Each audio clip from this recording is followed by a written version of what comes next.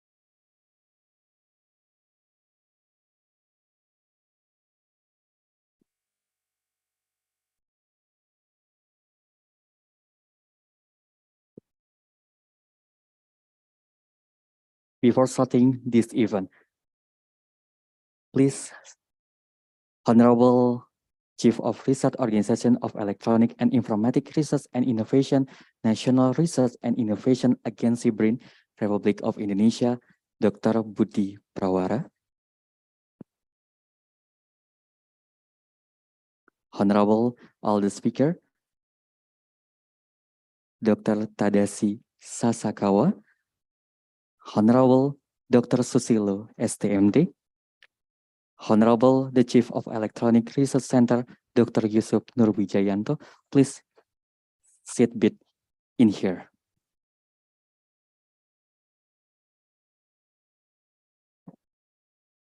And Honorable Miss Yoko Sakai, please sit in here.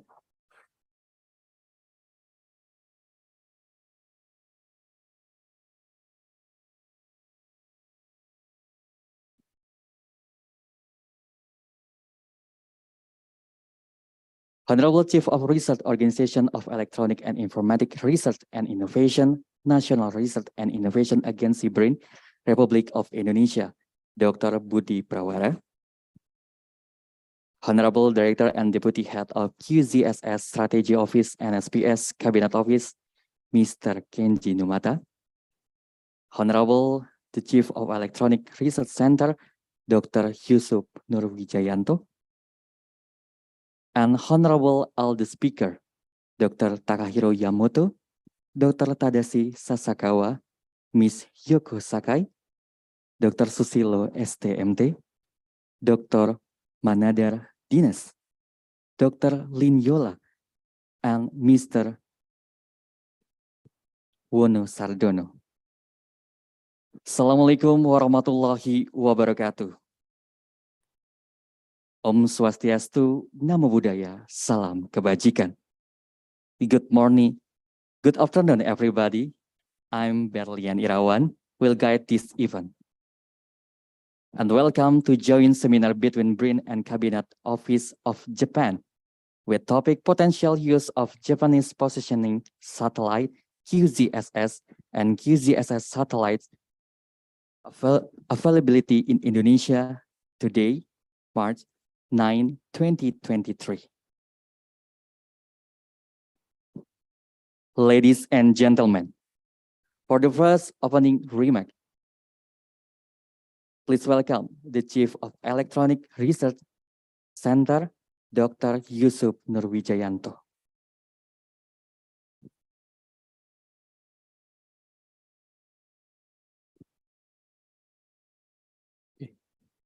Bismillah. Assalamualaikum warahmatullahi wabarakatuh. Good afternoon, everybody. First of all, I would like to thank our honorable, respected invitation. And here we have Dr. Budi Prawara as the research head of the chairman of the research organization of electronics and informatics from BRIN, and then Mr. Sakai from the cabinet office, and also our distinguished speaker today. We have many distinguished speaker from BRIN and also from the Japan.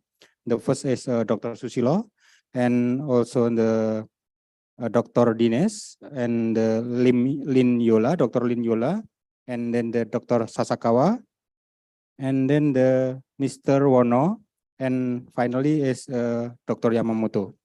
So, thank you for welcome to our this sharing regarding potential use of the Japanese position or QZSS and satellites available in Indonesia.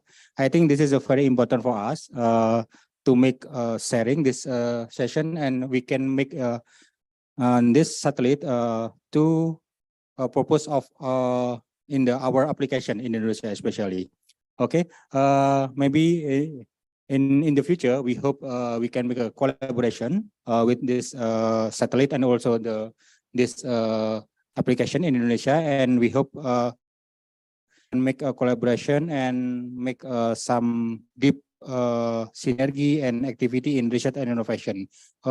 Just for the information for you all, actually we have some memorandum of understanding or LOE.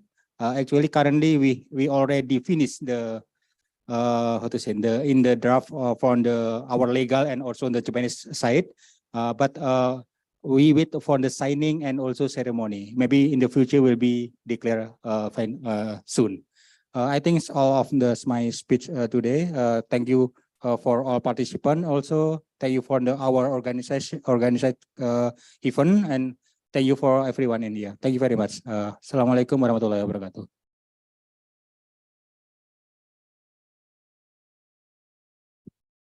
Ladies and gentlemen, the second remark.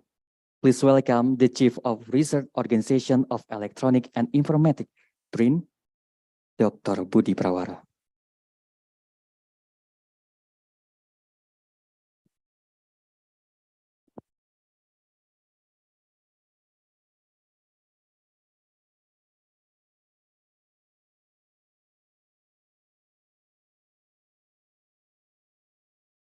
Assalamualaikum warahmatullahi wabarakatuh.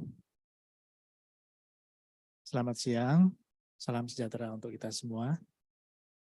Very good afternoon.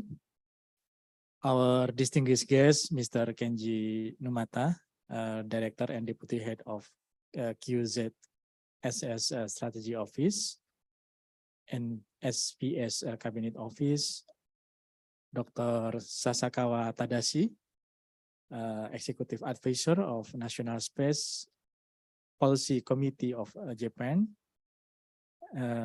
Ms. Sakayoko, National Space Policy Secretariat, Cabinet Office of Japan, and from CSIS, maybe he attend online.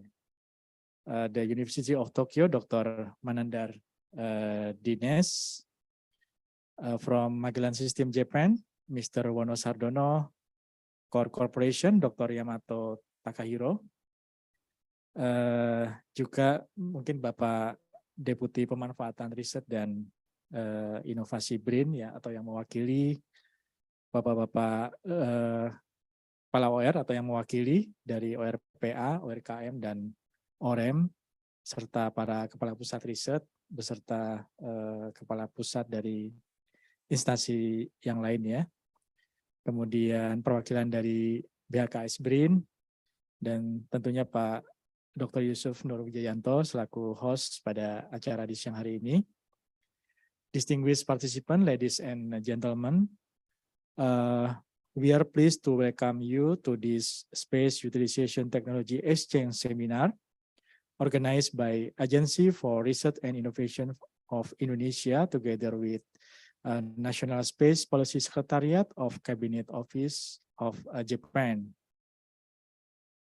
Yeah, this is our headquarter in Jakarta, BRIN headquarter, and our research organizations, RO for Electronic and Informatics. We have 6 research center, and our home base in Bandung, yeah, not in Jakarta. Bandung is the capital city of West Java province, and is located about 180 kilometers from Jakarta. Yeah, this seminar will discuss about potential use of Japanese positioning satellite and QZSS satellites availability in Indonesia, which will strengthen the proposed letter of intent between BRIN and NSPS Cabinet Office for cooperation in the field of technology development and application of global and regional navigation satellite system, or GRNS. The use of global and regional navigation satellite systems such as American GPS, Russian GLONASS, European Galileo, Chinese Beidou, Indian IRNS, and Japan's QZSS is growing fast in the recent years, and new applications are being introduced using GRNS data. GRNS NSS positioning, navigation, and timing service are central to a range of applications. And the main objective of GRNSS system is to provide positioning, but by design, other information is available. This information can be derived from collected GRNSS data, especially data received by continuously operating reference station. So in today's seminar, we will explore more about the potential use of GRNSS in Indonesia. And yeah, we discuss about new QZSS constellation and service, research and development of the utilization of GNSS in BRIN, MADOCA receiver test result in Indonesia, and low cost, high accuracy receiver system development for MADOCA, and much more.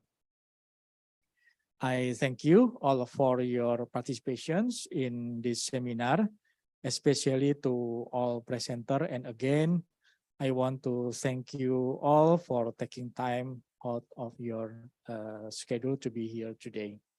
Wassalamualaikum warahmatullahi wabarakatuh. Thank you very much.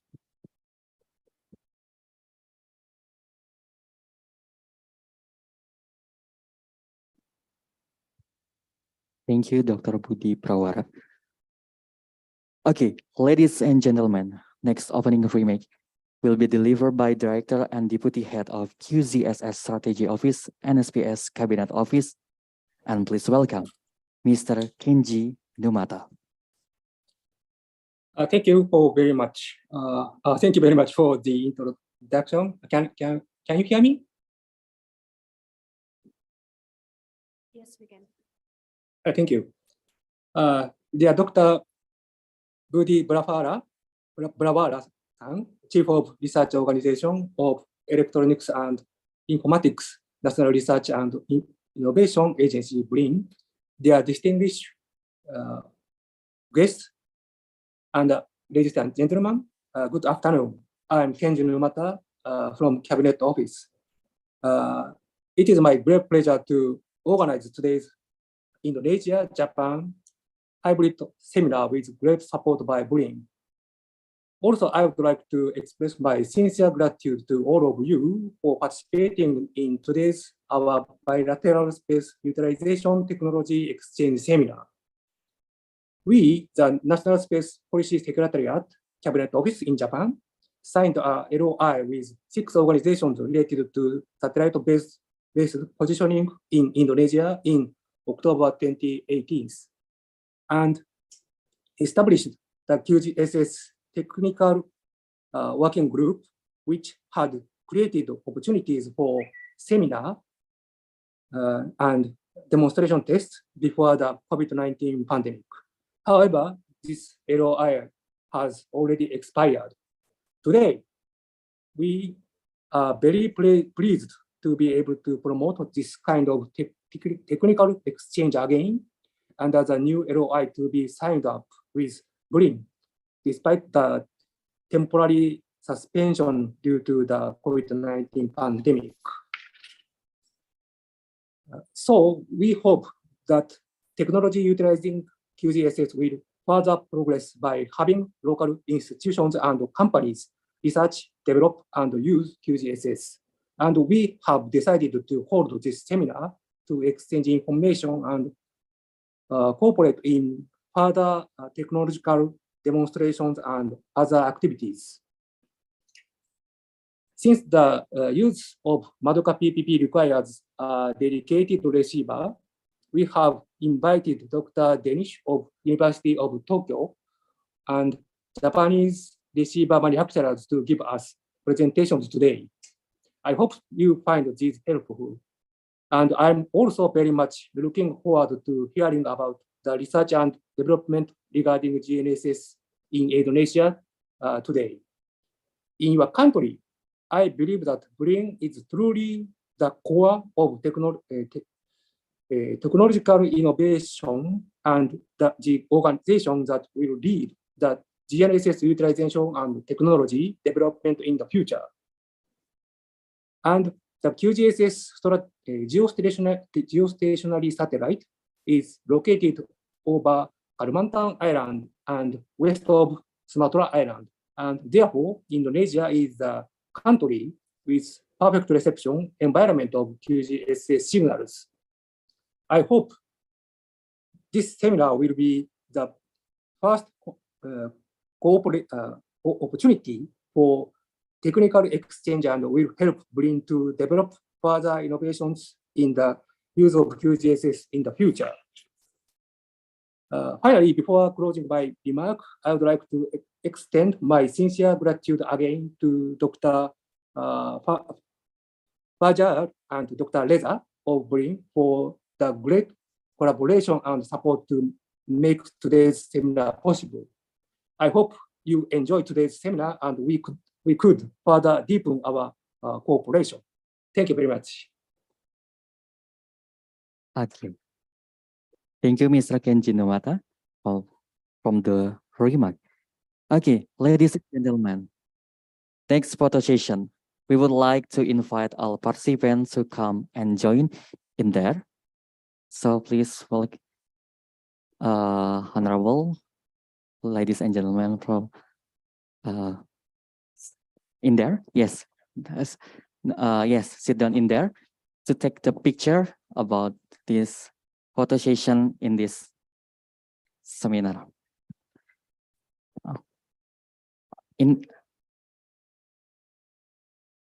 Yeah.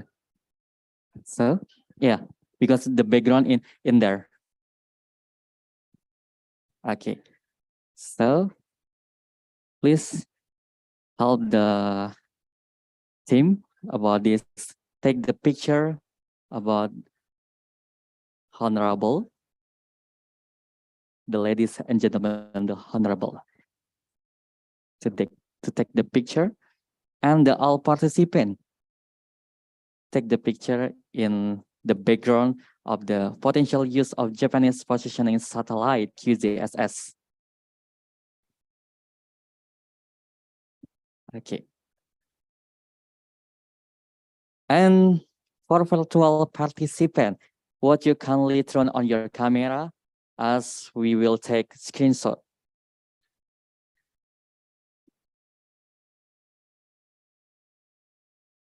Okay.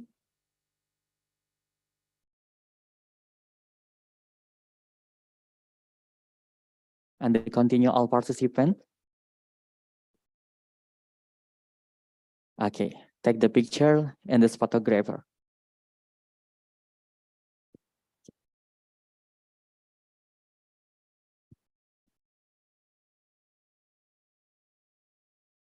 Okay, So continue this, the all participant in this the seminar potential use of Japanese positioning satellite QZSS and satellite availability in Indonesia.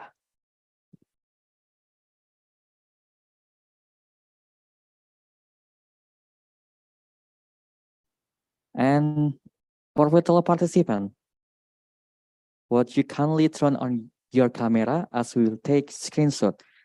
Okay, are you ready? 1, 2, 3. Once more. 1, 2, and 3. Okay, enough.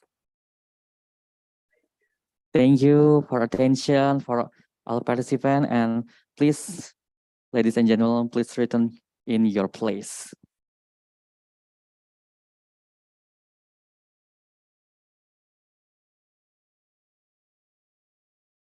Okay. Yeah. And the ladies and gentlemen, please return to your place.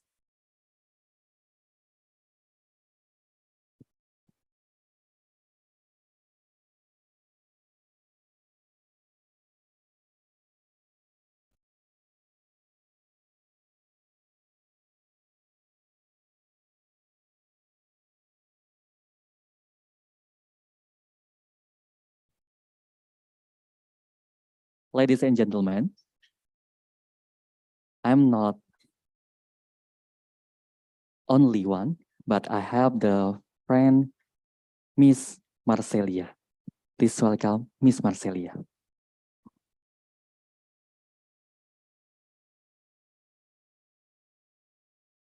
Okay, ladies and gentlemen, let me introduce myself. I'm Marcelina. I'm from BRIN, and I will help the moderator for this seminar. And before we start, allow me to read the rule of conduct for this seminar. The first, the participants are expected to not interrupt the speaker's presentation. And then you can ask questions to the speakers during the discussion session later. And you can also access the attendance list in the chat box, and the certificate will be sent to your email based on the attendance list. Well, now we have come to our main agenda for this seminar. The first session is a presentation about the new QZSS constellation and services by Ms. Yoko Sakai. Ms. Yoko Sakai is a member of National Space Policy Secretariat, Cabinet Office of Japan. Ms. Yoko Sakai, time is all yours.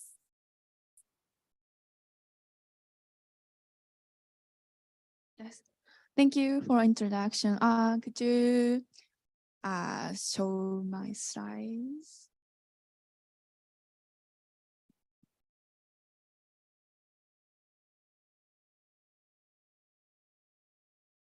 Yes. Thank you.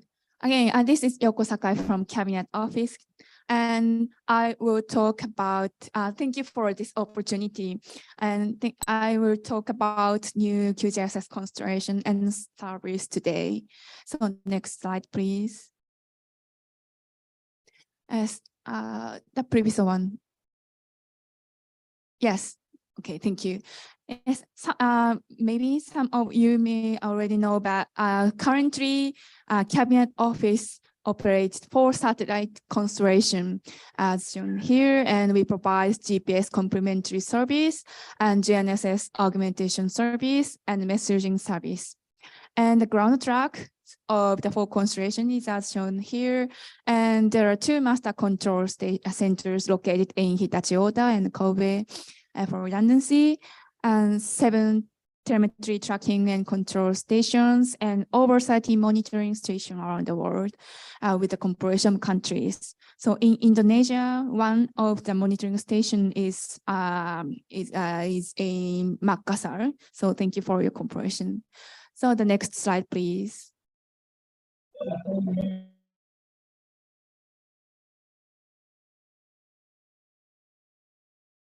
Could you go to the next slide?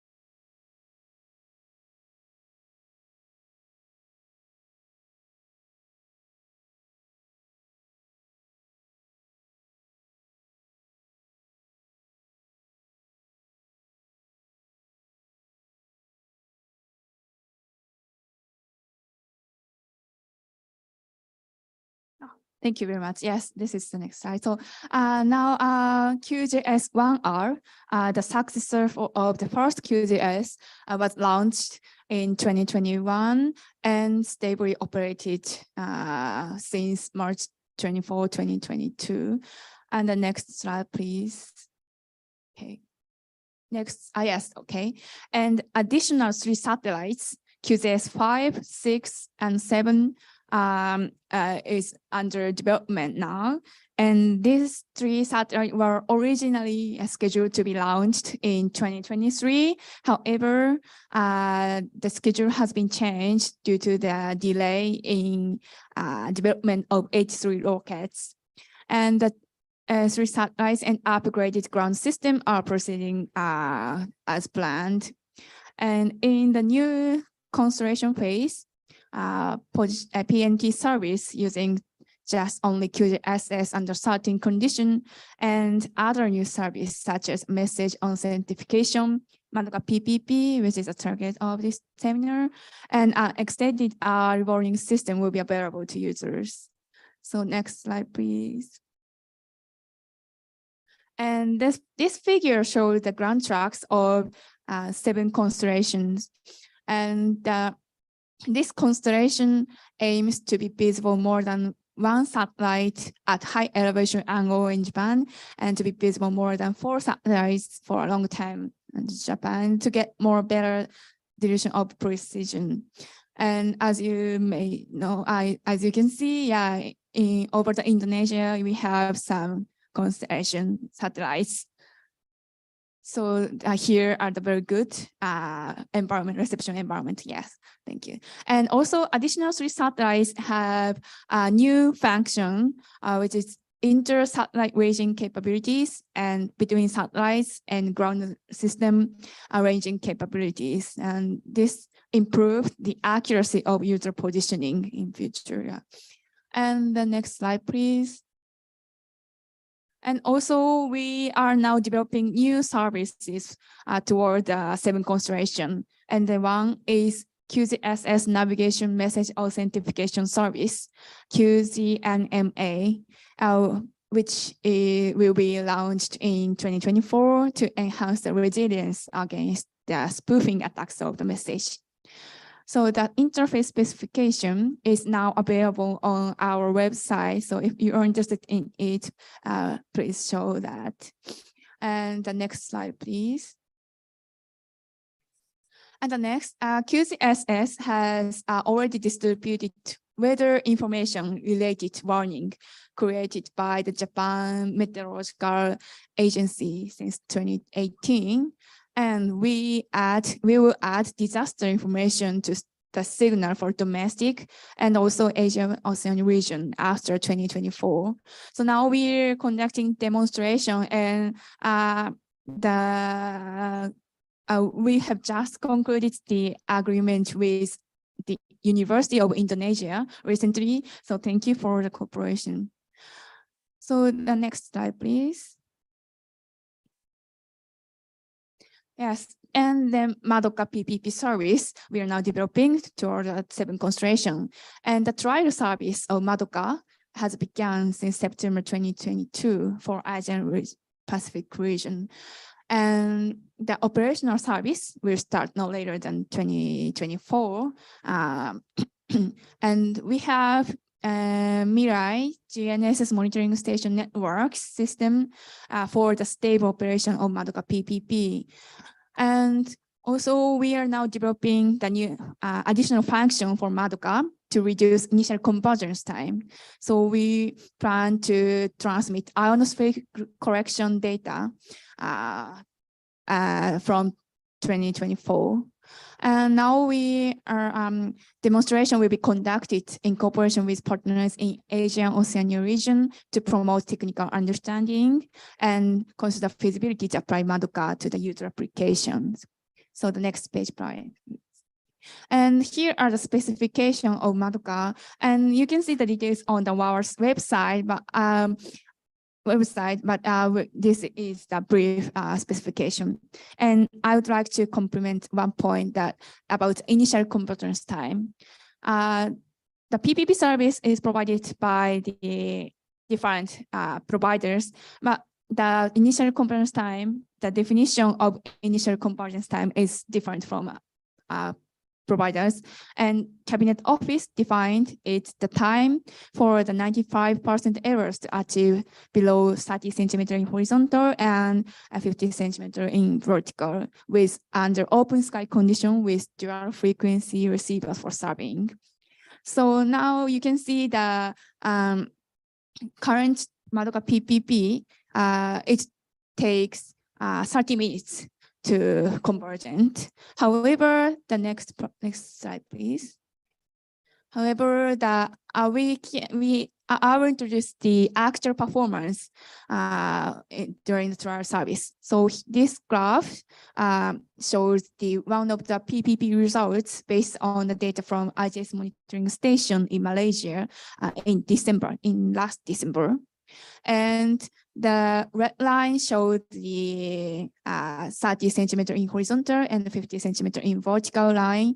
And if the green line shows the 95 percentile error, and the green one go below the red line at 30 minutes. So I told that the convergence time is 30 minutes. However, the actual performance is about 30 minutes. So the specification is worst, the minimum performance. So actual performance is better than the specification. And also after the convergence, the Madoka's accuracy reached 6 centimeter in horizontal and 10 centimeter in vertical. So this is the performance, our actual performance. So the next page, please.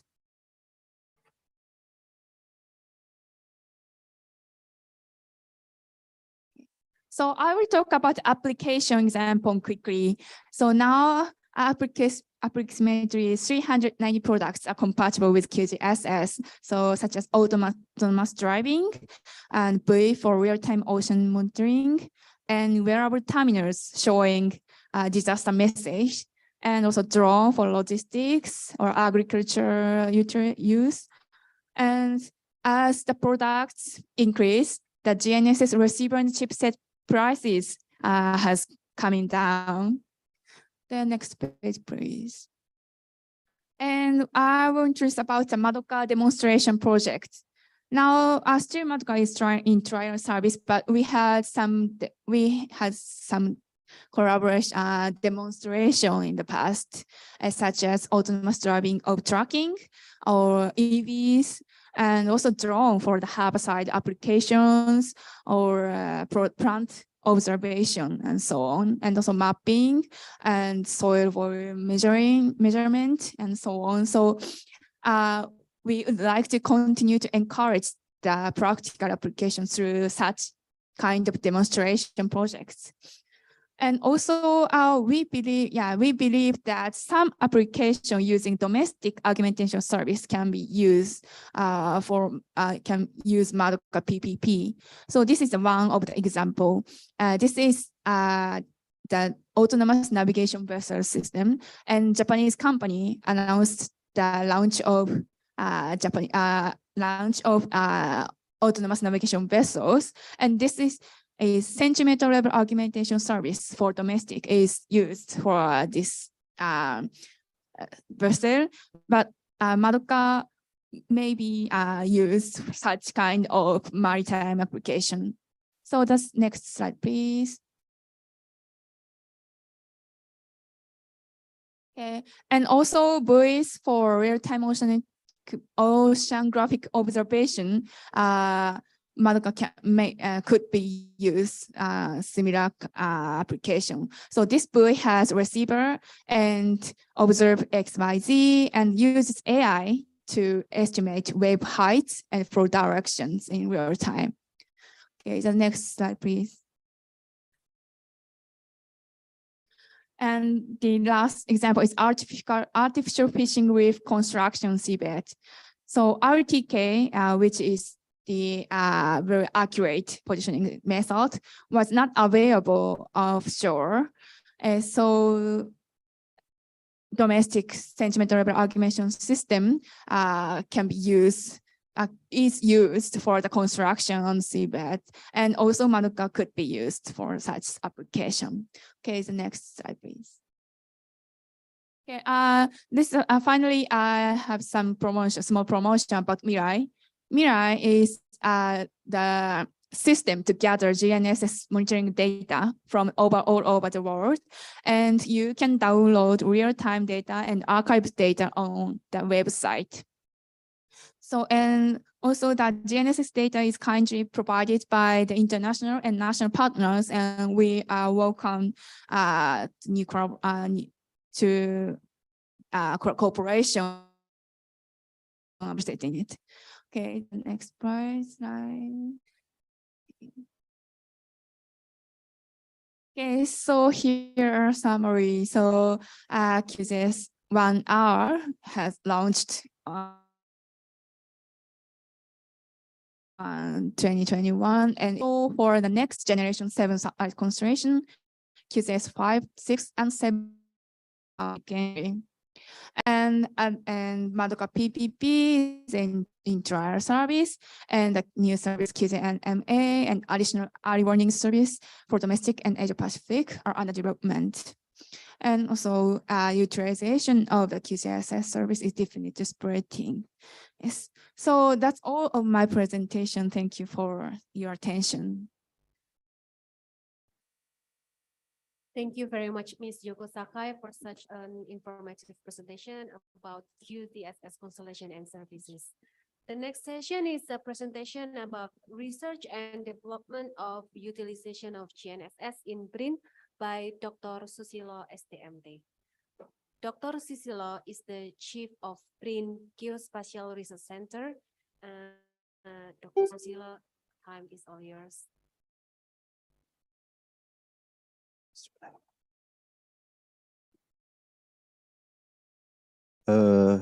Assalamualaikum warahmatullahi wabarakatuh. Good afternoon, ladies and gentlemen. It is a great pleasure I talk in this seminar, but what I have to talk today is what we have done in 2022, starting when I moved from BIG to BRIN as a researcher. And I know I have a collaboration between MSJ, Magellan System Japan, also PT Sudira from Indonesia. So this my talk is about the research and development of potential use of QZSS for positioning in Indonesia. Next, please.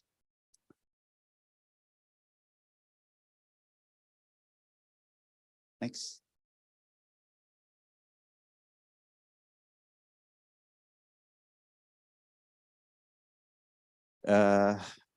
If we want to talk about the positioning Indonesia, I should talk about first about the regional tectonic of Indonesia. We know, I think we already know all about the Indonesia region is located in between 4 major plate tectonic. There is an Indo-Australian plate that subduct from western Sumatra until southern of Java until eastern of Indonesia. There is also Sundaland, a main part of Indonesian region, also and Pacific plate in the northeast, and also the Philippine plate. So that interaction between 4 major plate will be cause the change of the coordinate of position of Indonesia region to the source of the origin of reference frame. So we know that very the tectonic in Indonesia is very high and activity, and maybe so we should take about the define the stable reference frame in Indonesia to get the best positioning in Indonesia. Next, please. So I will just give information that in Indonesia, starting 2013, we have the new geodetic datum that we call Indonesian Geospatial Reference System, IGRS 2013, launched at 11 October 2013. This is like a semi-dynamic datum that connected to ITRF 2008. And the epoch of the coordinate is defined at 1 January 2012. Reference episode is WGS 1984 and etc. And there is also a velocity model that define how to transform the coordinate from the observation into reference epoch of our geodetic datum. But starting 2021, BIG define new update about the reference frame of Indonesia. So when we talk about the positioning of Indonesia, we should talk this first because this is the national reference frame on Indonesia. Okay, next. Maybe this I take from the BIG website. There is the course of Indonesia that I think about 350 station online, real-time streaming to BIG, and also provide the correction for RTK positioning in Indonesia. And in this year, I think, no, not yet. In this year, BIG also will be established more about 45 core station in Indonesia. Next. And this is the slide I take from the Professor Abidin, ITB.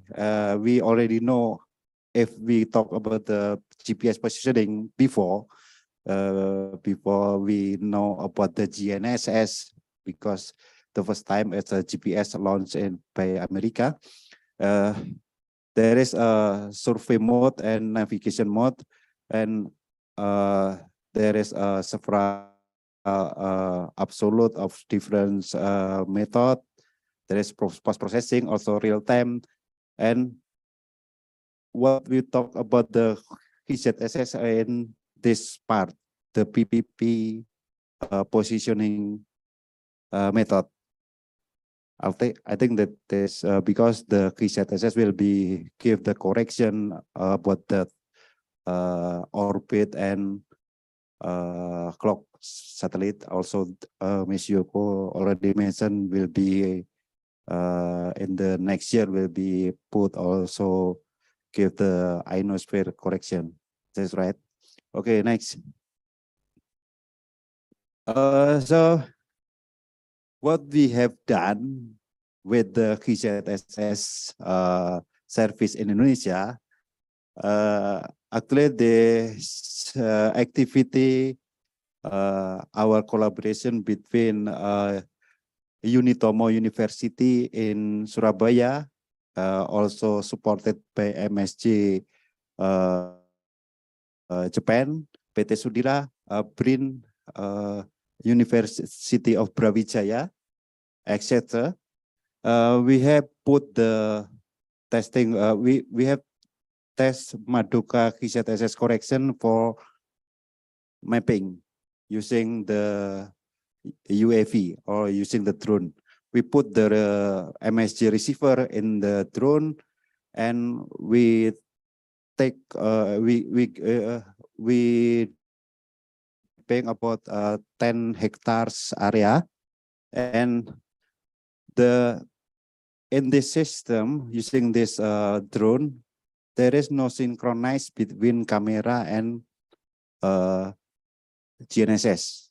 So if the camera take the picture of the ground, I don't know if we don't know if the GNSS will be record the position.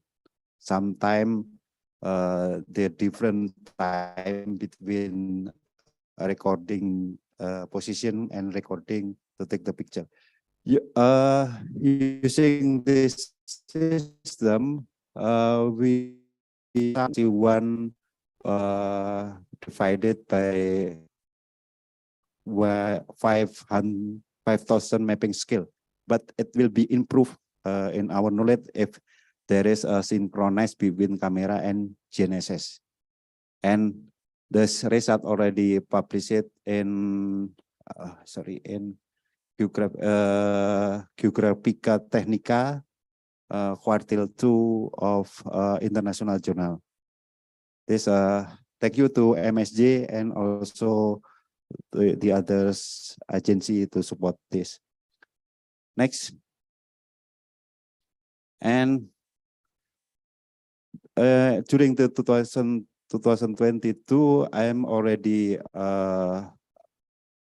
have research also that I already present to BMKG when they asked to the training or the GPS positioning.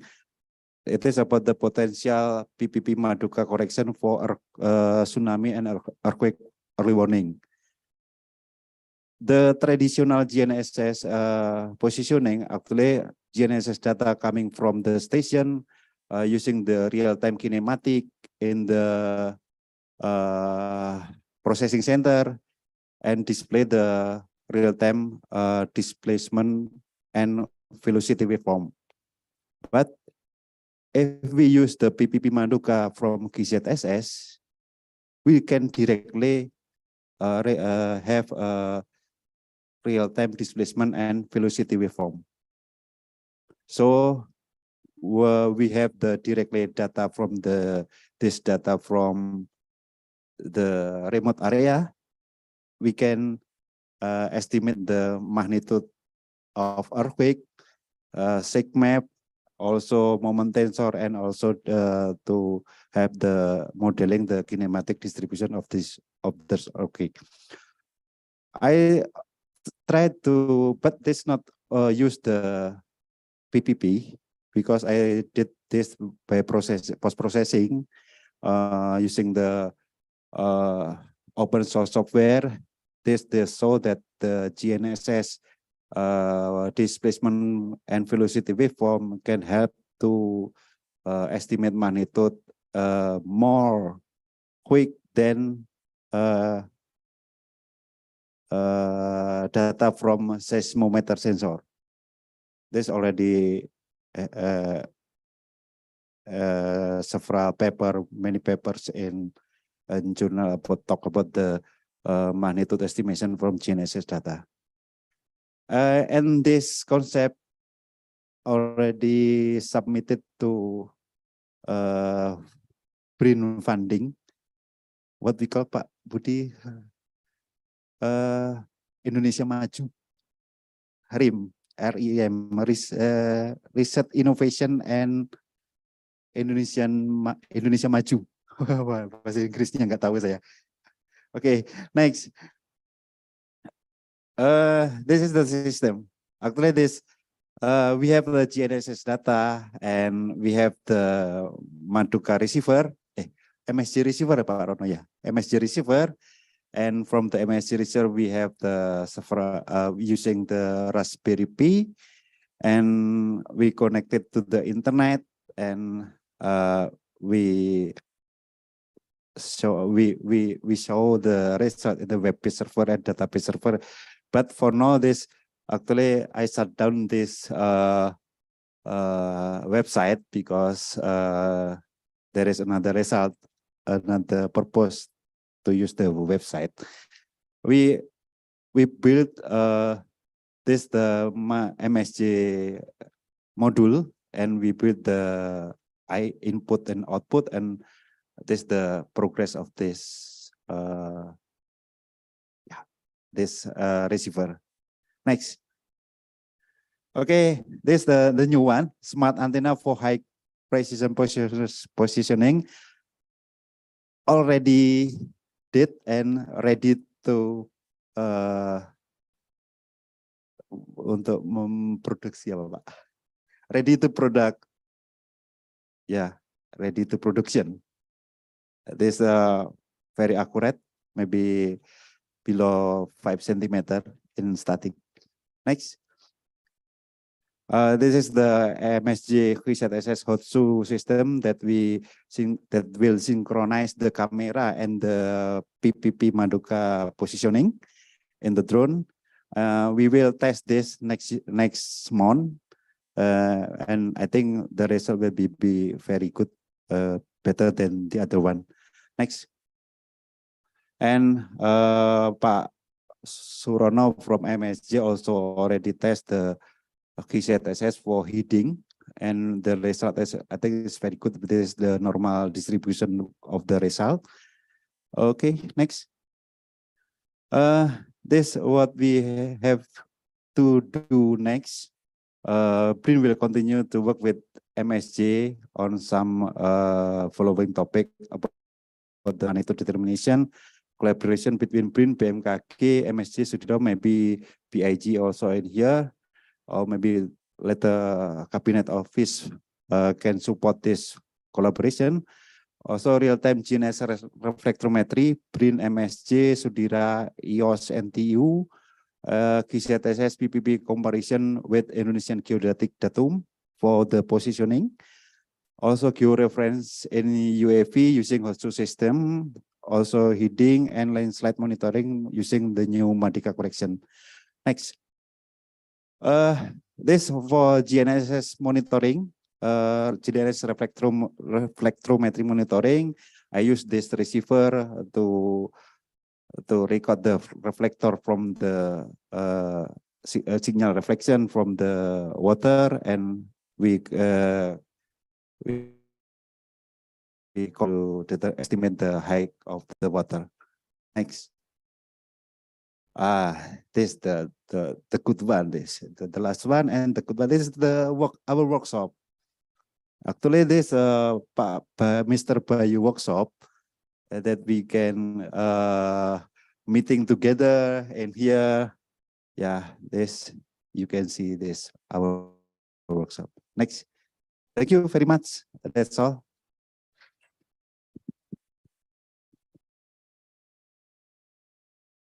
Thank you very much, Pak Susilo. Okay, the next presentation is about the low-cost, high-accuracy receiver systems development for Madoka by our guest presenter, Mr. Manandar Dines, PhD. Mr. Manandar Dines, PhD is from CSIS University of Tokyo. Mr. Dines, time is all yours. Yes. This file, okay.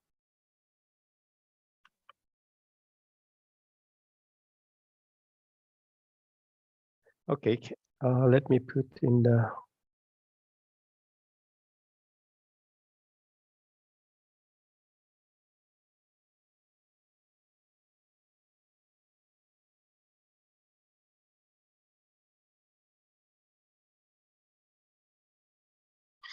okay, so first of all, I'd like to thank BRIN and Cabinet Office to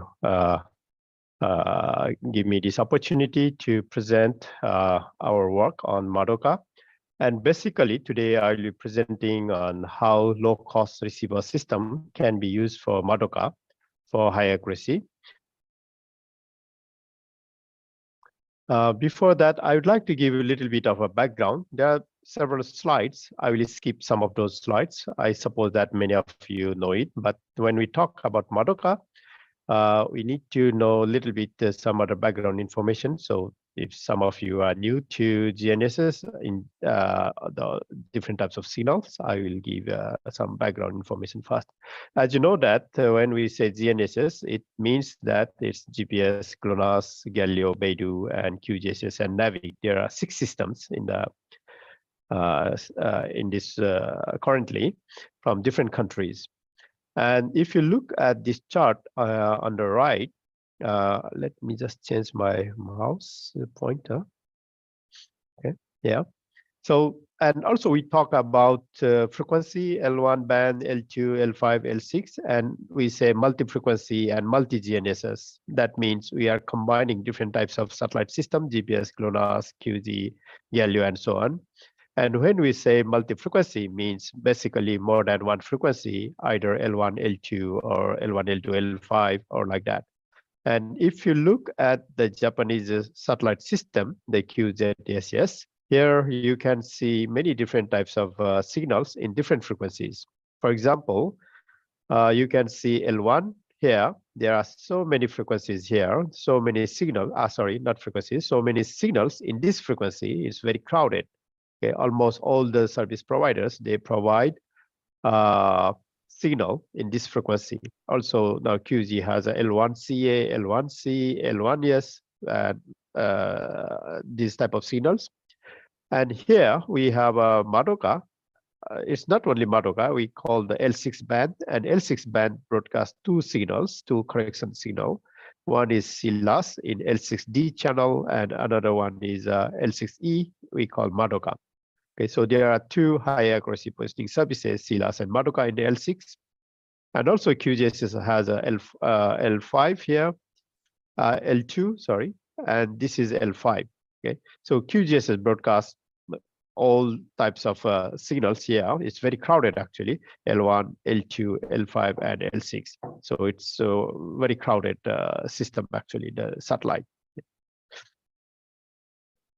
And when we talk about the GNSS, sometimes we hear about SBAS or augmentation. So this is to improve or to increase the reliability of the navigation satellite systems, and very widely used in aviation and marine. So this SBAS also, I would like to give a little bit, just one slide, that this improves the PVT of the GNSS satellites and enhance a little bit of the reliability of the services. And there are many SBAS systems in the world, for example, from USA, Japan, Europe, China, India, and Russia, and some new SBAS systems coming up as well in the future. And this is just a reference to show you that how many satellites you can view. So we have a station in Jakarta, University of Indonesia, and this is a bit a few years back. Probably you will see a few more satellites now. There are so many satellites visible, around 30 or 40 like that. If you have a GNSS receiver that can receive all signals, so you will see so many satellites here. So it's very crowded. Okay. So, but the point is how we can utilize so many visible satellites for different types of applications. So depending on the receiver, depending on the applications, its uses may be different. Anyway, the point is that now so many satellites are visible around the world, and they are visible in Indonesia as well.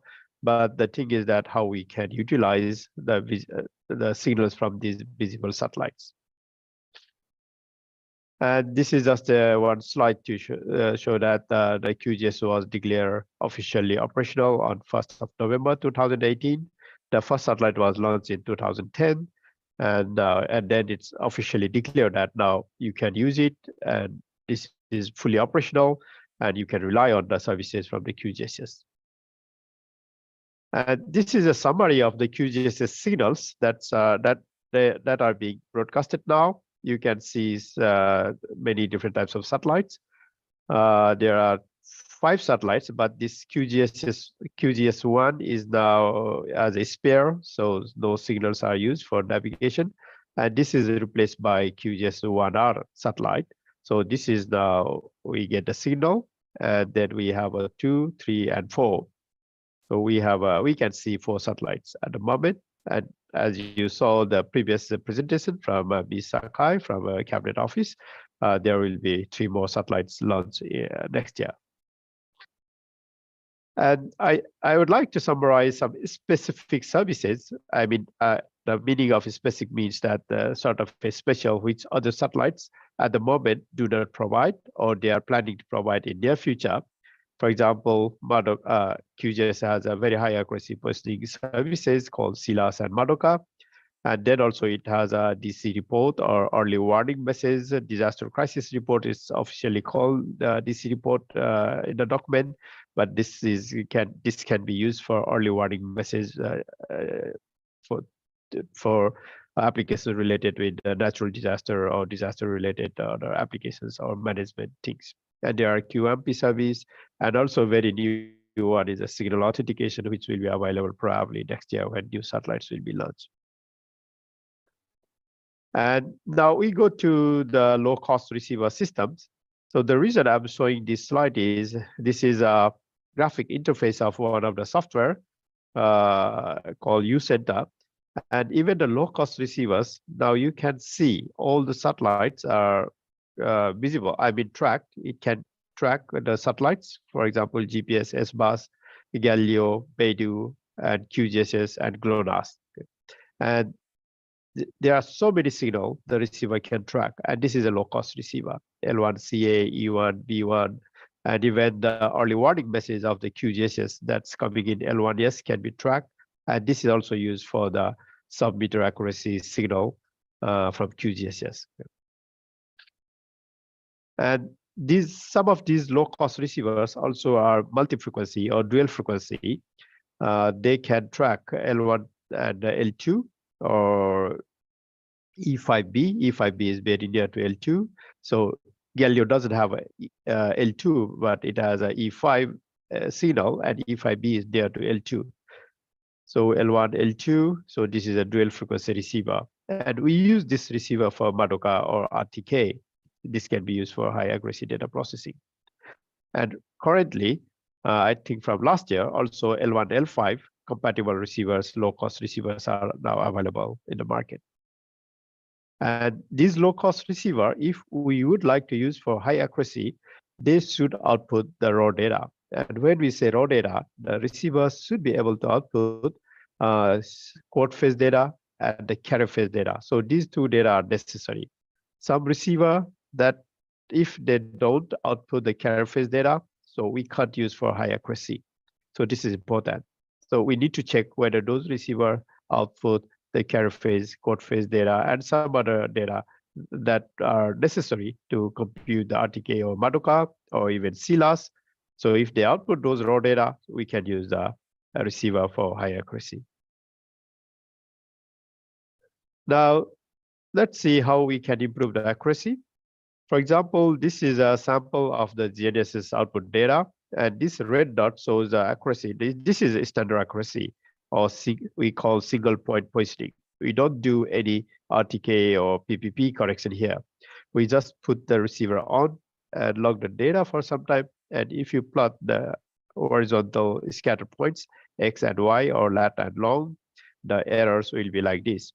And even if you have a $10,000 or a high survey grade receiver, the output will be something like this. High cost doesn't mean the high accuracy unless we remove the errors. So we need to do the error removing in the data processing. It can be either real time or post processing. So unless we remove the errors, we don't get high accuracy. So it doesn't matter whether it's a low cost or high end receiver.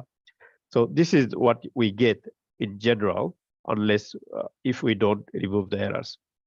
But if we do some correction or remove some errors using the quote phase data, or normally we call the DGPS, then we will get the sub-meter or meter level of accuracy. This is what we see, the blue dots here.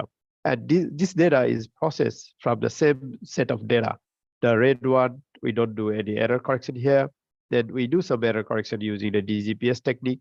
Then we got these blue dots, so we get a meter or sub-meter level of accuracy. Now we can see the points are very randomly scattered. So if you take a mean of this, so we get a very nice value here. And if we do further the RTK, the phase-based correction or PPP, we'll get something like this. So this result is from RTK. So from few meters, we can go to sub-meter, and we can go to few centimeter for accuracy. And so this is how we can get high accuracy position data.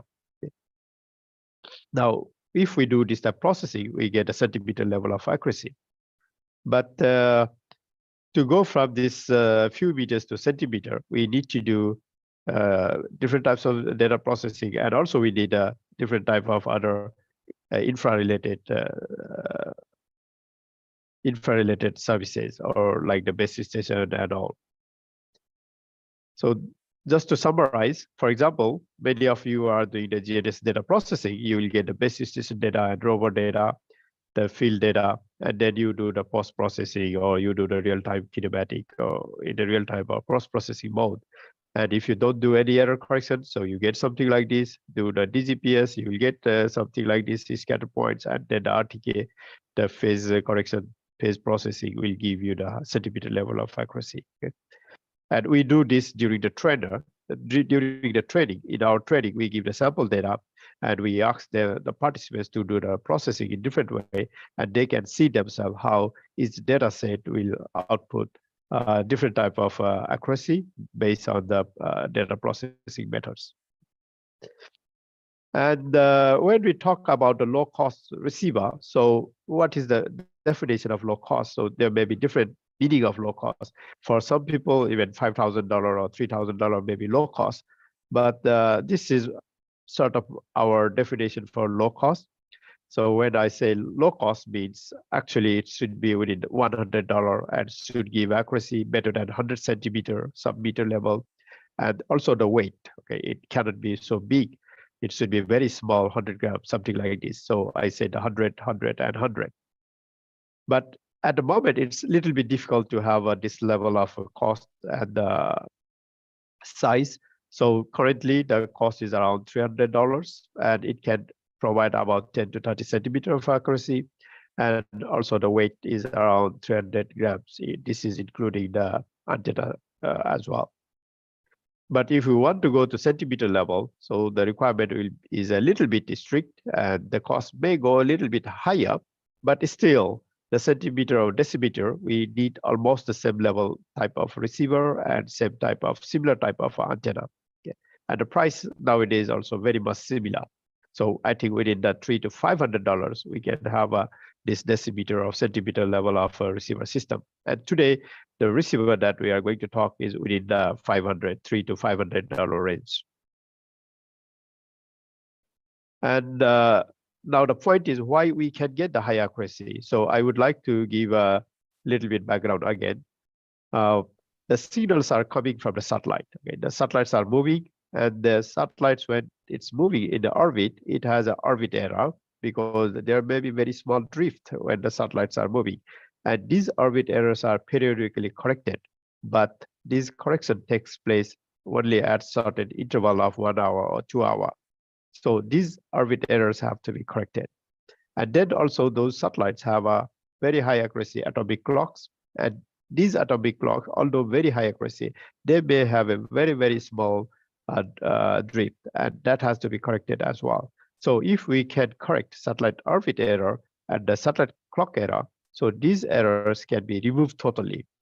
But there are some other errors like ionospheric and tropospheric delay. They cannot be removed, but they can be minimized. So if we can remove these errors, and if we can minimize these errors, we can have a high accuracy. And this is a chart or table that shows that how much error we'll be getting and how it can be removed. For example, satellite orbit error and satellite clock error. The errors are about meters level, 2 meter and 2 meter, for example. And these are not the exact value. This is just some reference just to show that how big the impact is. And then we have ionospheric and tropospheric error. And the ionospheric is quite large as well. And if you do look at here, that these errors can be totally removed by doing some differential observation or differential correction. But the ionospheric and troposphere, we cannot remove, we can minimize. So we minimize as much as possible. But multipath, the reflection from nearby buildings or trees, we can't remove. This is related to the surrounding, so we can't do anything over here.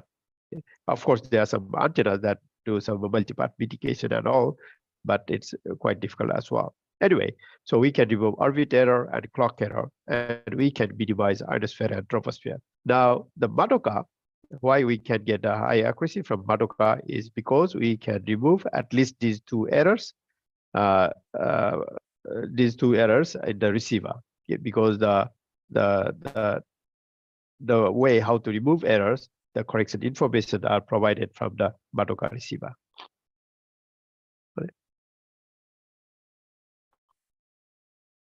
Okay. And to remove these errors, there are basically two different techniques. Okay, one is this differential correction, differential observation. So you need a base station, and you observe the satellites continuously here, and you put this antenna at a known point, so you know how much error is here.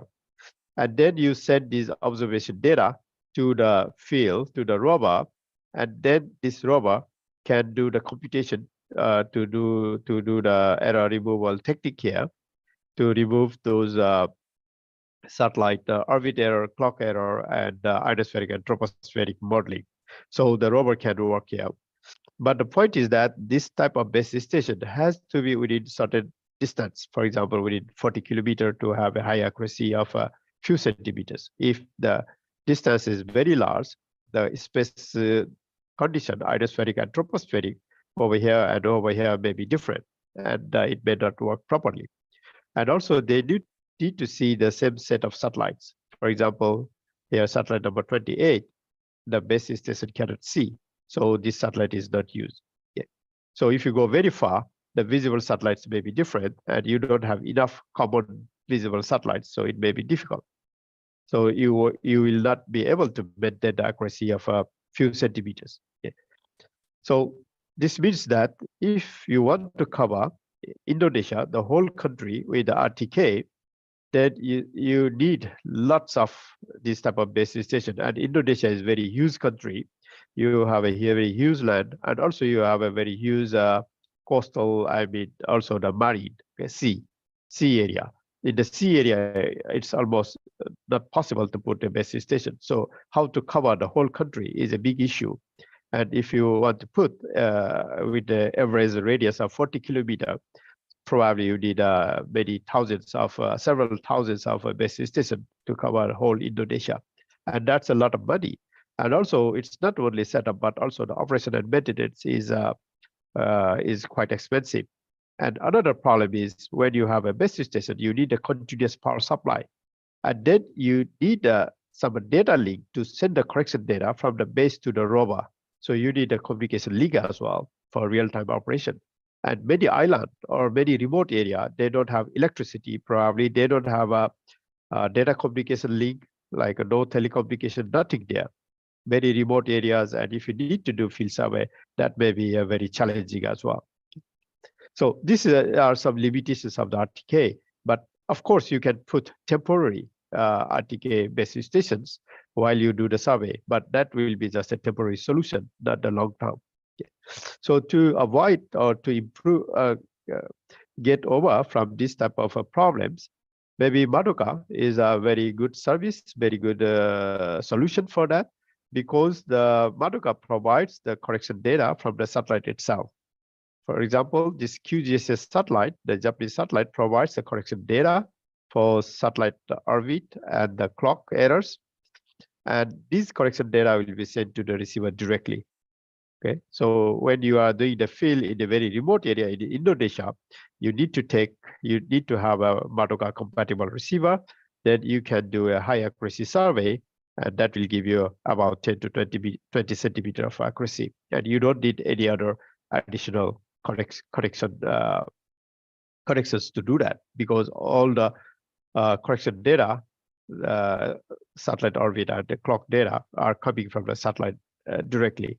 And the QZSS satellite broadcasts the correction data, not only for QZSS, but also for the GPS, Galileo, and GLONASS. Okay? So you will have a correction data for 4 satellites, and using all this correction data, you can have a very high accuracy survey here, and that can be done quite independent of those existing base stations. So it's completely different from the RTK style of field survey. And we did some prototype development at the university with the support from a cabinet office and other agencies. And we call the low-cost, high-accuracy receiver system. And basically, we have different types of sort of products. Also, we have the same receiver we can also use for RTK if you want to do RTK. And we just needed different type of software. So we have this Madroid, Madwin, and MadPi for the Madoka. And this is Madroid for Android device, this Madwin for Windows, and MadPi for Raspberry Pi. So these are 3 platforms that we have. And the reason why we want to do this type of low cost is because to promote this type of technology, or to understand, to give a training or for the capacity building, we can't buy $10,000, $20,000 receivers, because we need several of these. We need to do lots of training on that in the field. We need to do the data logging. And also those type of receivers, it consumes lots of power. So if you want to log the data in the field for several days, it really requires a very big power supply. And if you don't have a power supply in the field, in the survey area, that's another problem. So the reason we want to do low cost is to make the field survey very simple, very easy, with a very low power consumption. And when we say low cost, it's not only the receiver, but also the other logging device like a computer. We don't want to use computer, because computer itself costs thousands of dollars. So we don't want to do that. Instead, we'll use a very low cost system like a Raspberry Pi, or even in some cases, this is not good enough for continuous data logging. Maybe we'll just use some other microprocessor like Arduino or ESP32 just to log the data and for the post-processing purpose.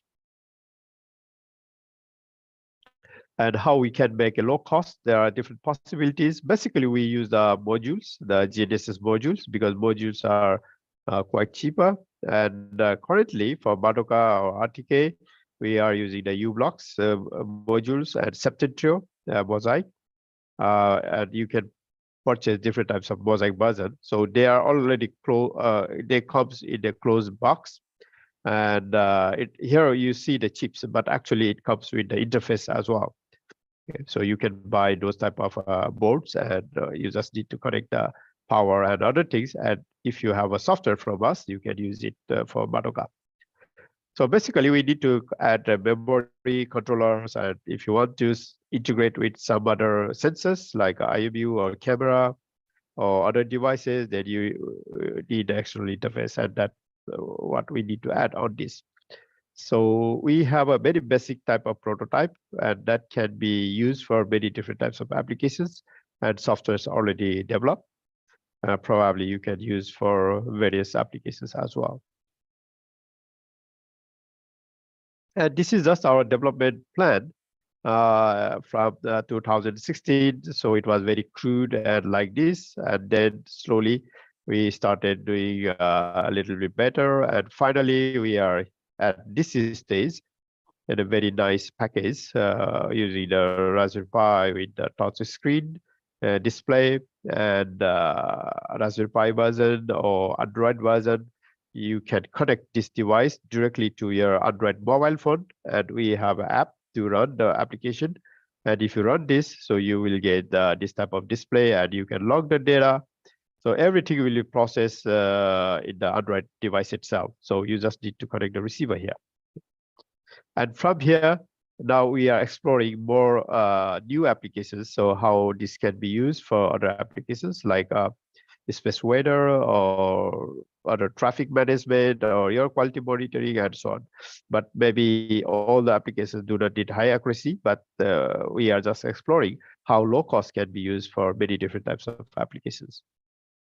And also, if you have some idea or if you want to do something new, so you can also discuss with us, and we can see how this can be modified. And in this type of modifications, sometimes we contact the manufacturer to ask them whether they can provide the output for this new information or new data.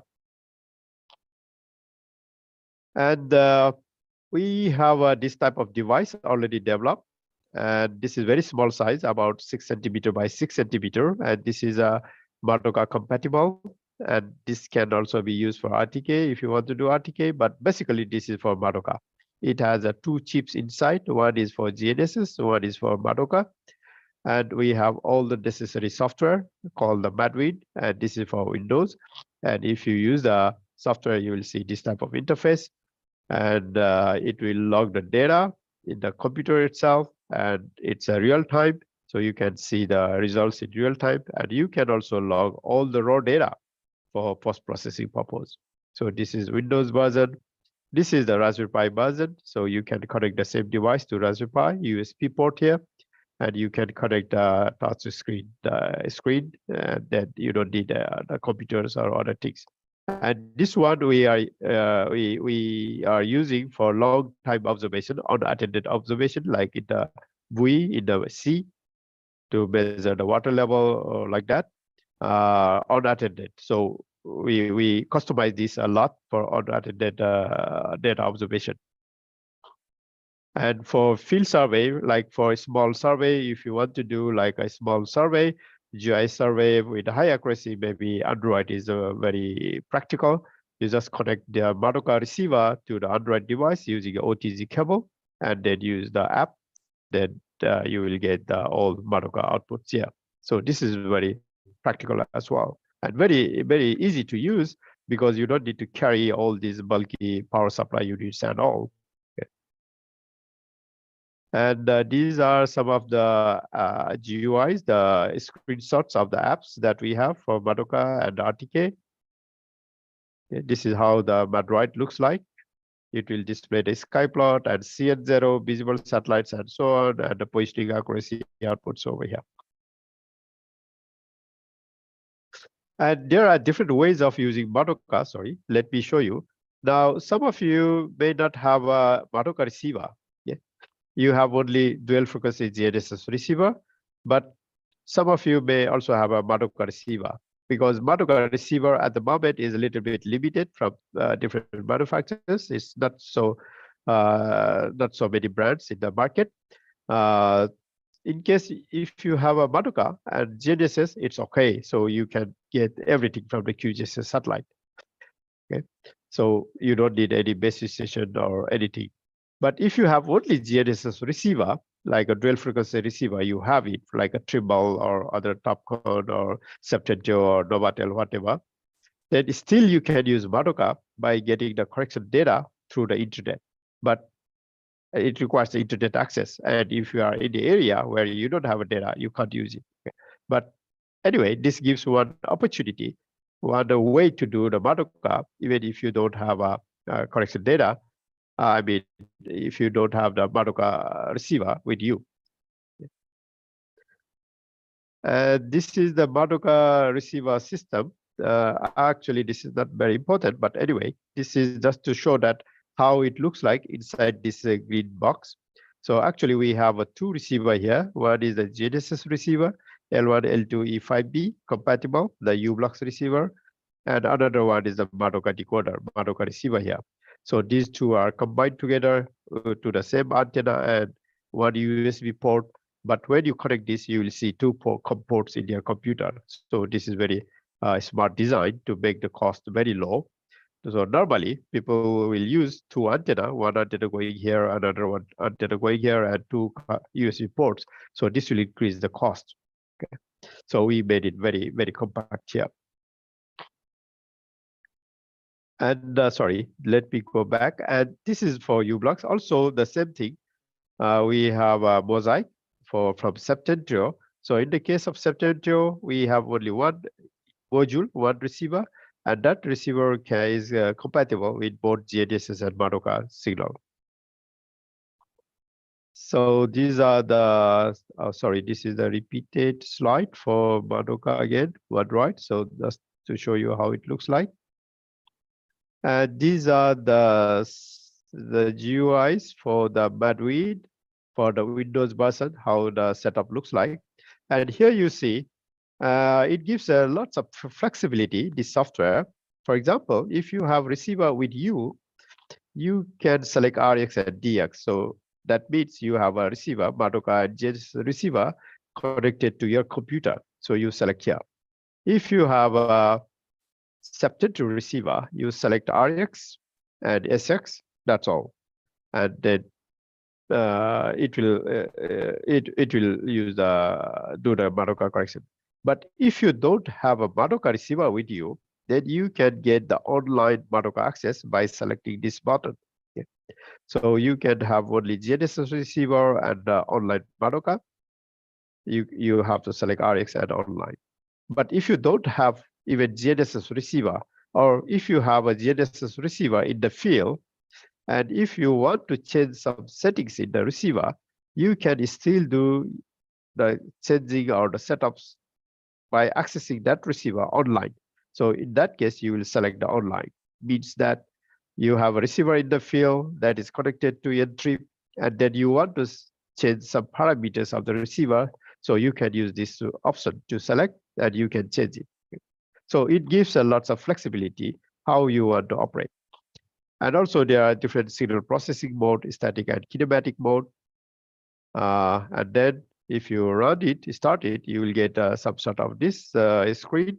So this is from our MatPy, but for Windows also the GUI is the same. And in the beginning, the accuracy is very bad, but as the time passed, we said the convergence time, so it will slowly converge to the few tens of centimeters, 10 centimeter or 20 centimeter accuracy, but it will take about 20 to 30 minutes. Okay. And this is just a comparison of the different tools that we have, MatWin, MatPy, and MatDroid. So recently, the Madoka navigation format is changed from SSR to compact SSR format. So now we are in the process of modifying our software for MatWin, MatPy, and MatDroid. And this MatWin, we are now testing, doing the debug and doing the test. And we can release probably by the end of April or maybe early May. So we'll release this software in the next 1 or 2 months. And this will be fully compatible with the new Madoka message format we call compact SSR. And once this is done, and doing after doing the debug, so we'll also release the MatPy for the Raspberry Pi version and also for the Android. Then we'll have the full all 3 softwares to be ready to be used by the end users. Okay. And these are just some screenshots of the MatWin and MatPy, how it looks like actually. Okay.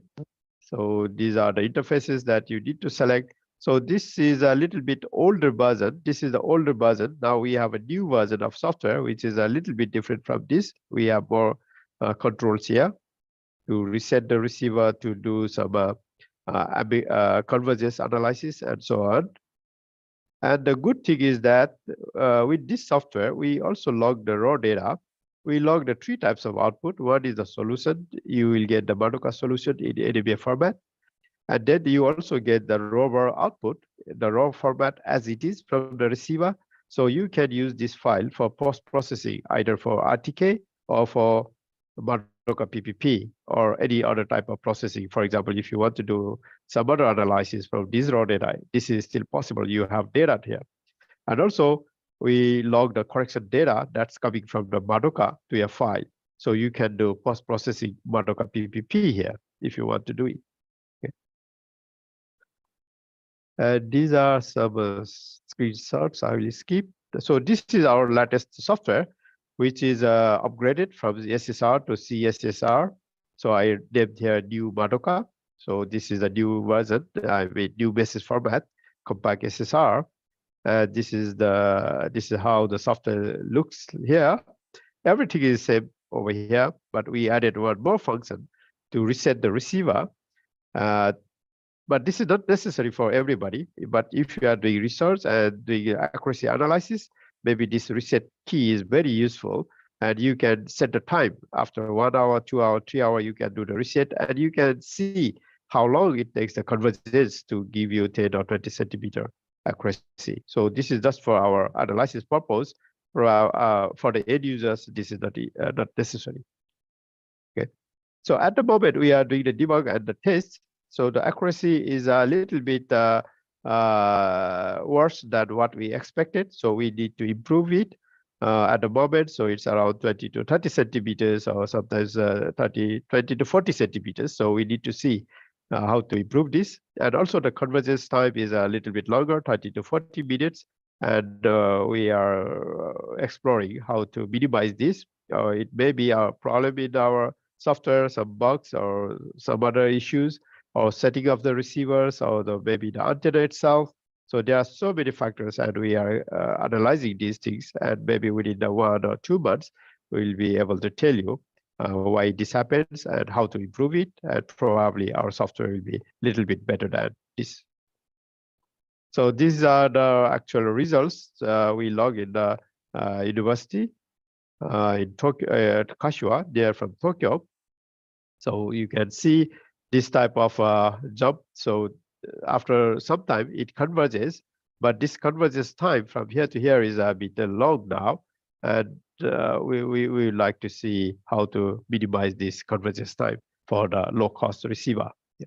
But if you have a high-end receiver, so this convergence time is, I think, within the 20 minutes, you have a 10 to 20 centimeter accuracy, as you saw in the previous presentation from Bisaka. Yes, Bisaka. So this we need to improve. So probably this is due to antenna or some other receiver settings or some other parameter settings. So this we are now studying.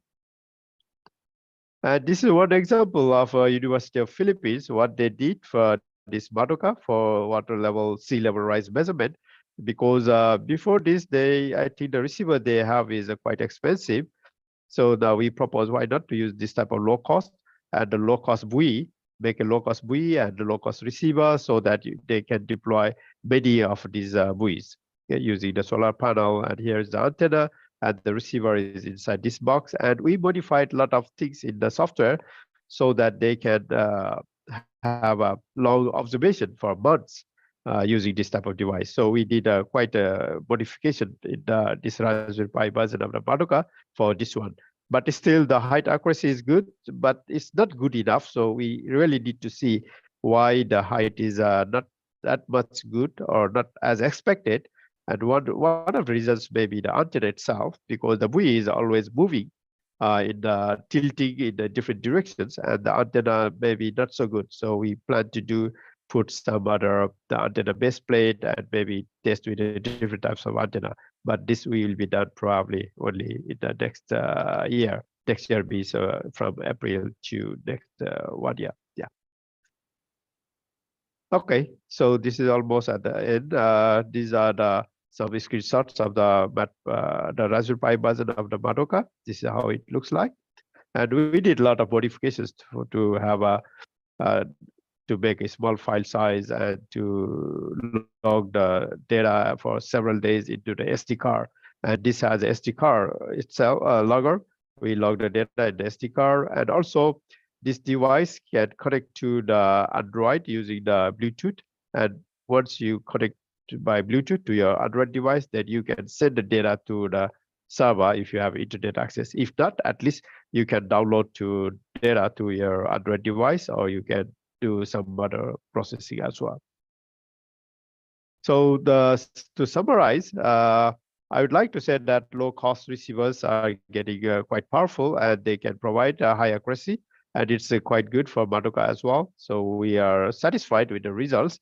And once we updated the software, so we are doing the debugging. So this will take some time. So after this is finished, I think probably this will give the expected results, and within the expected convergence time of about 20 minutes, like that, 20 or 30 minutes. But also we need to explore how this convergence time can be improved. Probably if we can use the local correction data. So we want to use it. Probably we can use one or few stations that's available in Indonesia to provide a local correction so that convergence time can be minimized.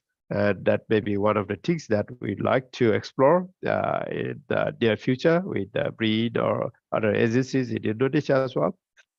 And Madoka is very effective where we don't have any communication network or electricity at all, because you don't need actually the other base station information at all. It works very independently. Okay.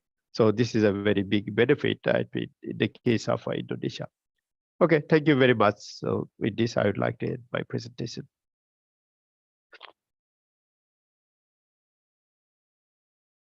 Thank you very much, Mr. Dinesh, for the very enlightening presentation about Madoka. Ladies and gentlemen, we will have a 15 minutes break. We will continue the seminar at 3 p.m.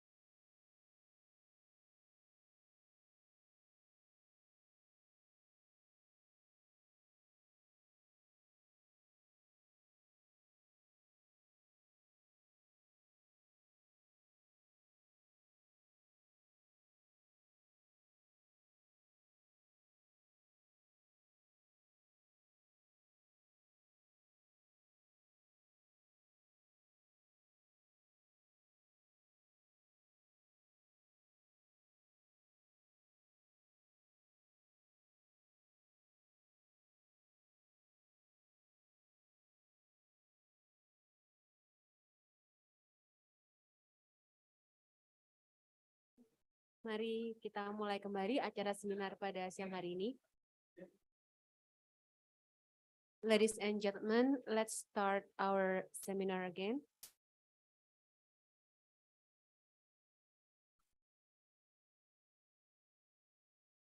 First of all, I want to remind all of the participants to write your question at the chat box, and we will answer the question during the discussion session. Our next session is a presentation about Madoka receiver test result in Indonesia by Dr. Lin Yola, the lecturer of SSGS University of Indonesia. To Dr. Lin Yola, the time is all yours. All right, thank you very much. Can you hear my voice clearly?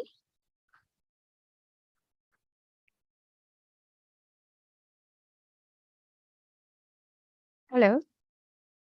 Yes, with you. All right. I'm now sharing my slide, and do you see my slide now? See? Yes, we can see. All right. Okay, thank you very much. Hello, very good afternoon, everyone. And Assalamualaikum warahmatullahi wabarakatuh. Give me some second. I think there is something needs to fix with the slide. Yeah. No, it's not something.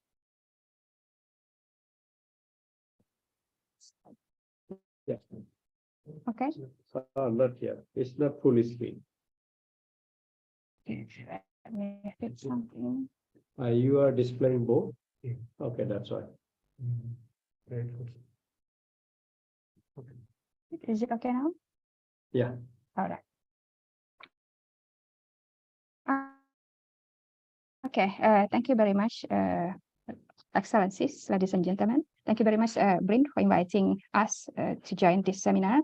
I'm Lin Yola from School of Strategic and Global Studies, Universitas Indonesia. I'm here to share my presentation today titled Madoka Receiver Test Result in Indonesia, Past and Current Works. Those are the ones that I'm going to discuss today are the works that we did and still currently ongoing in School of Strategic and Global Studies, Universitas Indonesia, as well as some research works in Center for Spatial Data and Analysis, SSGS, Universitas Indonesia.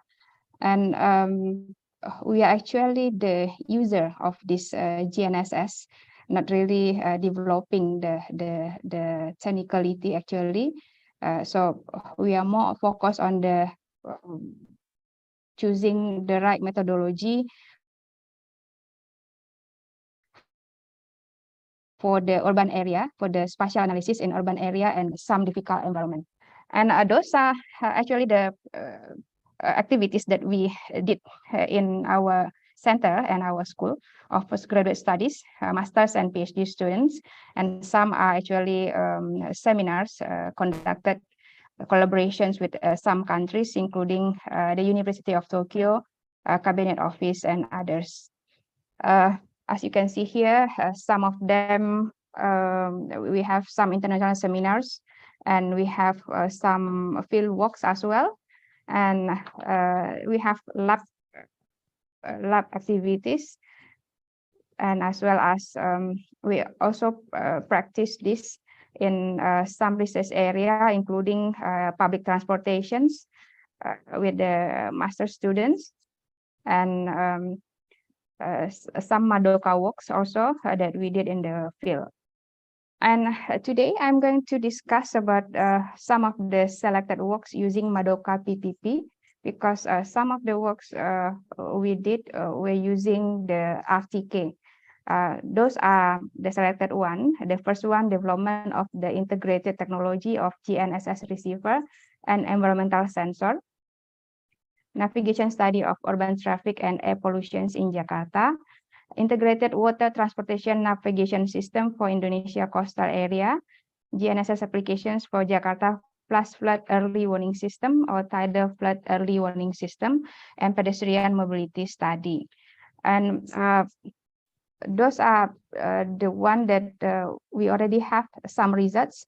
Some of them we are still doing currently and have some result also, but some of them are already published. And the first one, integrated technology of GNSS receiver and environmental sensor. But this one is already done for since 2020.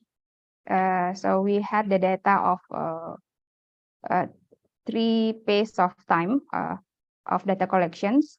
And this was done because of we can see the issue in Jakarta that we have very intense traffic congestions, and as well as very high pollutions in the city center, because Jakarta was actually ranked as the worst polluted city in the world. But it was changed during the pandemic, because the mobility restriction was actually a little bit helping the level of the pollutions in the city.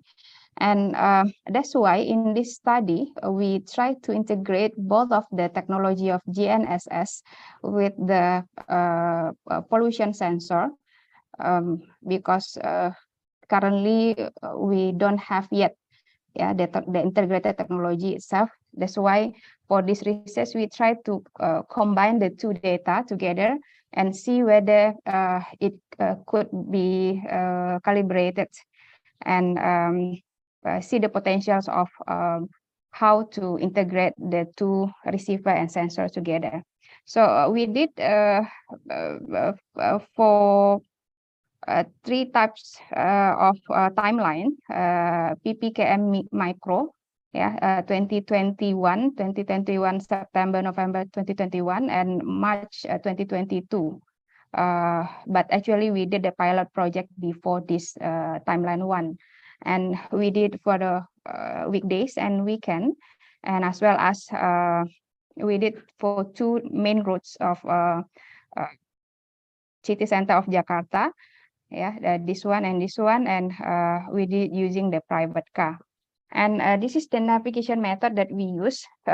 We use the Madoka PPP, and actually we also use the RTK for this one, because we wanted to see whether the two system works fine in the same study area or still within the radius of the base station. And the second one, we use the HT2000 sensor to measure the pollutions of the city, and we fix it in the private vehicle. This one is the CO2 sensor or the air pollution sensor, and this one is the GNSS receiver. This one is the close-up of the Madoka. And this is the proposed technology that we try to propose to combine both of the environmental sensor and the GNSS itself through the Raspberry Pi. And for now, we are in the discussion with the Pusat University to do this prototype, because we already have the some set of data and calibration of the two sensor and receiver.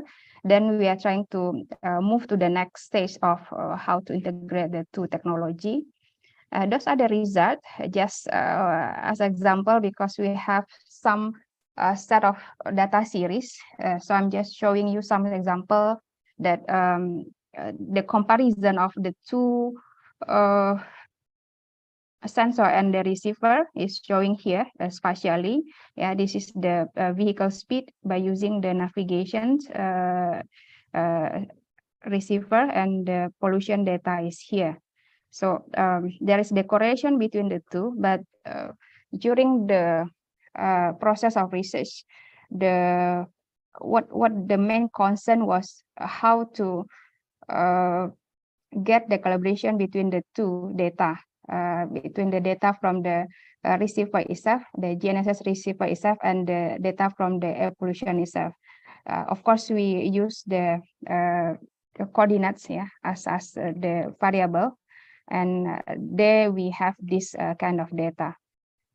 Those are the statistical analysis of the two. As we can see that the blue one is showing the vehicle speed, and the orange one is showing the level of the CO2 within the particular coordinates. Yeah, so I'm just going to skip those because those are part of the further research where we try to see where we can do the collaboration between the two data. And the notes of the study, what we can learn from the study, actually both of the receiver, Madoka itself and RTK, it works fine, yeah, in this kind of scenario in the urban area. But for this sensor of the pollution sensor, the CO2 sensor, it was also working fine, but we need to select some of the data that match with the coordinates from the GNSS receiver itself. That's why to do this integration, we still need to do some further studies, some technical studies, but still possible, of course, with some other variables, not only CO2, but also CO, NO, SO2, and etc. And the next one, this one is integrated water transportation navigation system for Indonesian coastal area. As we can see that Indonesia is having very huge area with most of them are water area, and those remote area are facing the problems of how to be integrated with the transportation system in the land area. This is one of the example that we did the research in the Likupang Island is one of the new target destinations for the tourism in Sulawesi Island, and most of the islands in the remote area were actually located in the very difficult area without the very good infrastructure, including the internet and other basic infrastructures. So I think this relates to what Dr. Dinesh was mentioning just now. Madoka is just the best methodology that we choose for this because it works fine. Yeah, this is the one we did. We did conduct the data by using the boats, yeah, in the sea area. We fix it in the boats like this, and we also measure the we did the navigation also in the land area, and this is the result. As you can see, we started to collect the data from the land area or city in that area, in that district, and we went to the beach area here and the coastal area. And from there, we also continue to the remote area. We did actually for some remote area, small island there, and we try to compare whether the Madoka system works fine in both land area and also water area. And this is what we propose actually by using this QZSS that the receiver that we install in all of those boats, including the fishermen boats, small fishermen boats, and as well as commercial boats used for tourists and other commercial purpose, that could be integrated in the super apps that is controlled by the local monitoring station, and as well as is also integrated with the land transportation system. And all of those using Madoka, and the data will be sent to the local monitoring station and sent to the QZSS. And for this one, we propose to use the presence, Sony's presence, to send the message to the Android, yeah, for the notification. So in the Android, we propose to use the super apps for the users, for example, like the tourists, to monitor whether maybe from the airport they could use certain types of land transportation system, as well as whether the the boats is available for the tourists to go to the remote area. And this one is also very useful, as we propose. It's also very useful for the fishermen boat because some of them were just got lost in the middle of the sea, without any notifications and message to their family, in the community area. So this could be also installed in the fishermen boats as the early warning system, during maybe some storm time and etc. So there could be some use for this proposal. It's not only integrated water transportation navigation system, but also for those fishermen boats that maybe not within the radar of the authority. And the next one, this is the applications that we also propose for two types of disaster. I think this one was also submitted to BRIN grant. We propose this proposal for applications for Jakarta flash flood early warning system as well as tidal flood early warning system. And both use almost similar system, but in two different areas. The first one is in the city center, flash flood early warning system, and the second one is mostly in the beach area or the coastal area, because as we can see, there are a lot of coastal area in Indonesia, and some of them were not monitored, and some of them were very much affected by those tidal disaster. As we can see here, the community within the beach area, and as well as in the city center, we have those flood here in Jakarta.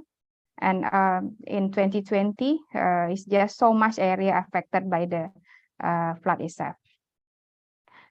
Okay, those are actually the technology that we use in Jakarta. I think everyone could relate. If you could still remember that we have the sirens technology to warn the nearby community to maybe evacuate themselves during the flood area. But we could see that it was very high cost, and it was limited installed in certain places, just for 6 sets, and there were some faulty or error technology happen in the field, because sometimes it works, sometimes it didn't, and sometimes it just works during non-disaster time. And it's a standalone technology. It needs to be operated or monitored by some people manually, and it's not integrated with the early warning system. It's just early warning system. It's not integrated with the river detection itself, flood detection itself, and it's also limited warning coverage area itself, only radius 500 meters. So from these problems, we are trying to propose the solutions that it should be integrated, high accuracy and fast message, low cost and service for all, which means not only for those community living within those siren location, and applicable to most disaster area and more options of warning device. So as we can see here, what we are proposing almost same like the one we proposed before, but we proposed to install the buoy on the surface of the water to first detect the increase of the water level. So by using membuka and all of the system here, of course, the challenge would be the power for the receiver to on 24/7, as well as for the internet to be fixed here. And we send the message to the local monitoring stations and QZSS control, as well as the Sony's presence, and sending the message to the Android or mobile phone. Any mobile phone would work. And as well as we also provide the options for the sirens evacuation alert for those who still don't have the mobile phone, because some of them, and some of them are not with the mobile phone, and this would also work for critical or injury time for them to evacuate just very fast, maybe during those the water level is already very high. And I think in this one I already explained just now that we use the Madoka system for this, and it works. It needs to be installed in some area, those affected area, not only 1 or 2 to 6 area, but more than that, because the river in Jakarta is covering so many area from end to end, and that's what we are proposing, that the concern here is it should be applicable to be installed in the difficult area. It should be low cost because we need to install it in many places, many locations, and integrations of the sensors of the GNSS receiver. It could be feasible to integrate it with other sensor, like what I said just now, like pollutions monitoring and others. And it should be real time because we need to send a message immediately to the community, and it should be precise, high precisions. And as we can see here, the feasibility of having this done is very high, because we have a lot of issues, including the disaster just now, including the pollutions and etc. And the next one, QZSS access. I think this one is still the issue for us.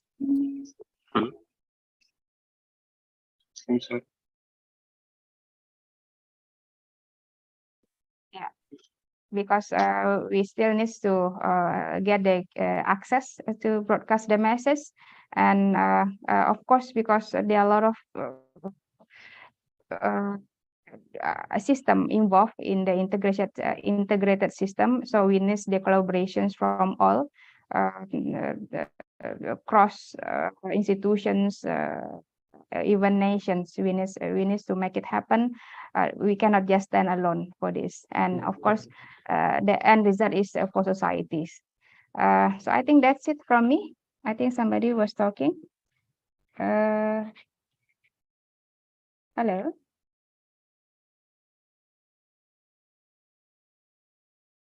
Thank you very much.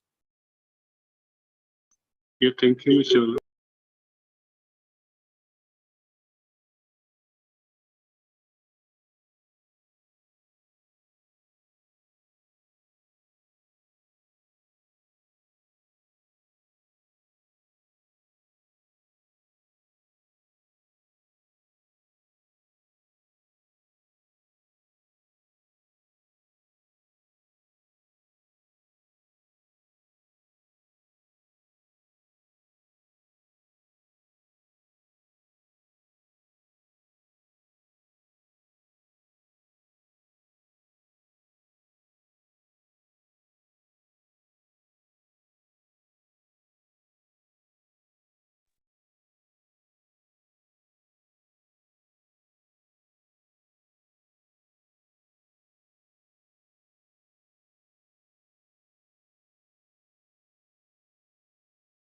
Excuse me, Ibu Linyola, can you hear us?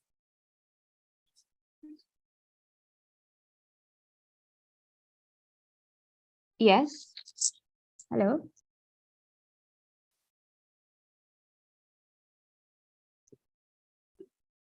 Yes.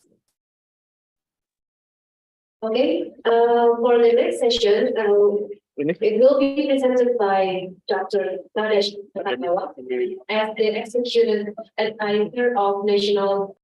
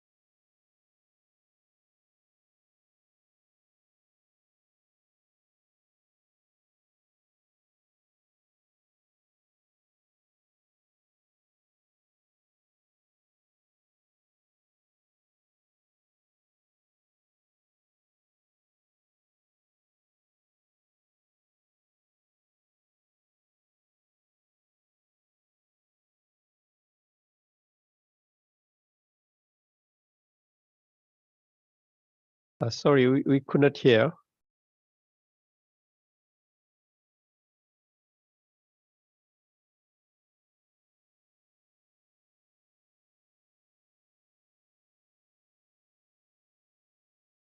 It's muted.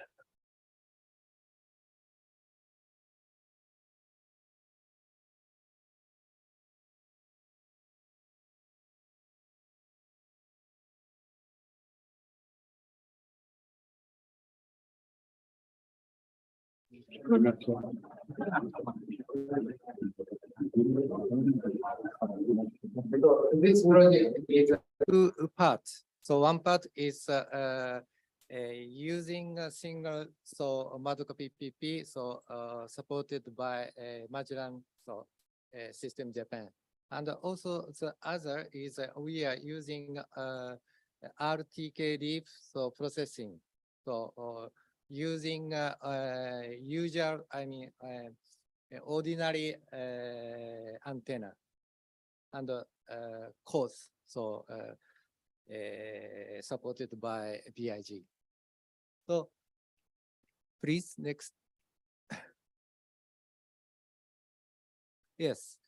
So already you understand well. So this area, Southeast Asia, especially Indonesia, is the most beneficial also area of receiving QZSS signal.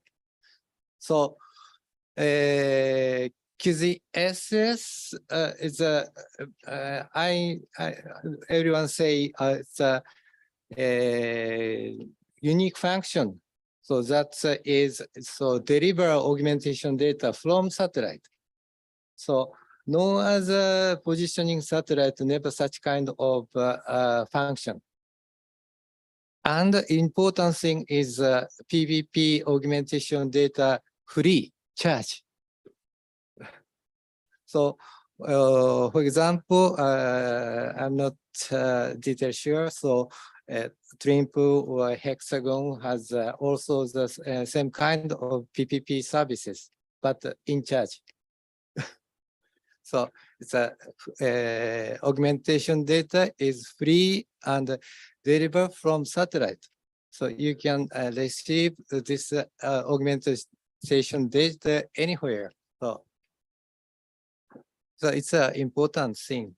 So then, we would like to be a popular this Madoka PPP service in this Southeast Asia, mainly Indonesia. So in this case is we try to apply Madoka PPP to mapping surveying. So Dr. Sushiro already explained it. It's a Madoka PPP is current coordinate system. So we have to convert this current system to a national geodetic system. So if we want to apply for mapping, surveying. Then, in this project is we did try. Okay. Excellent.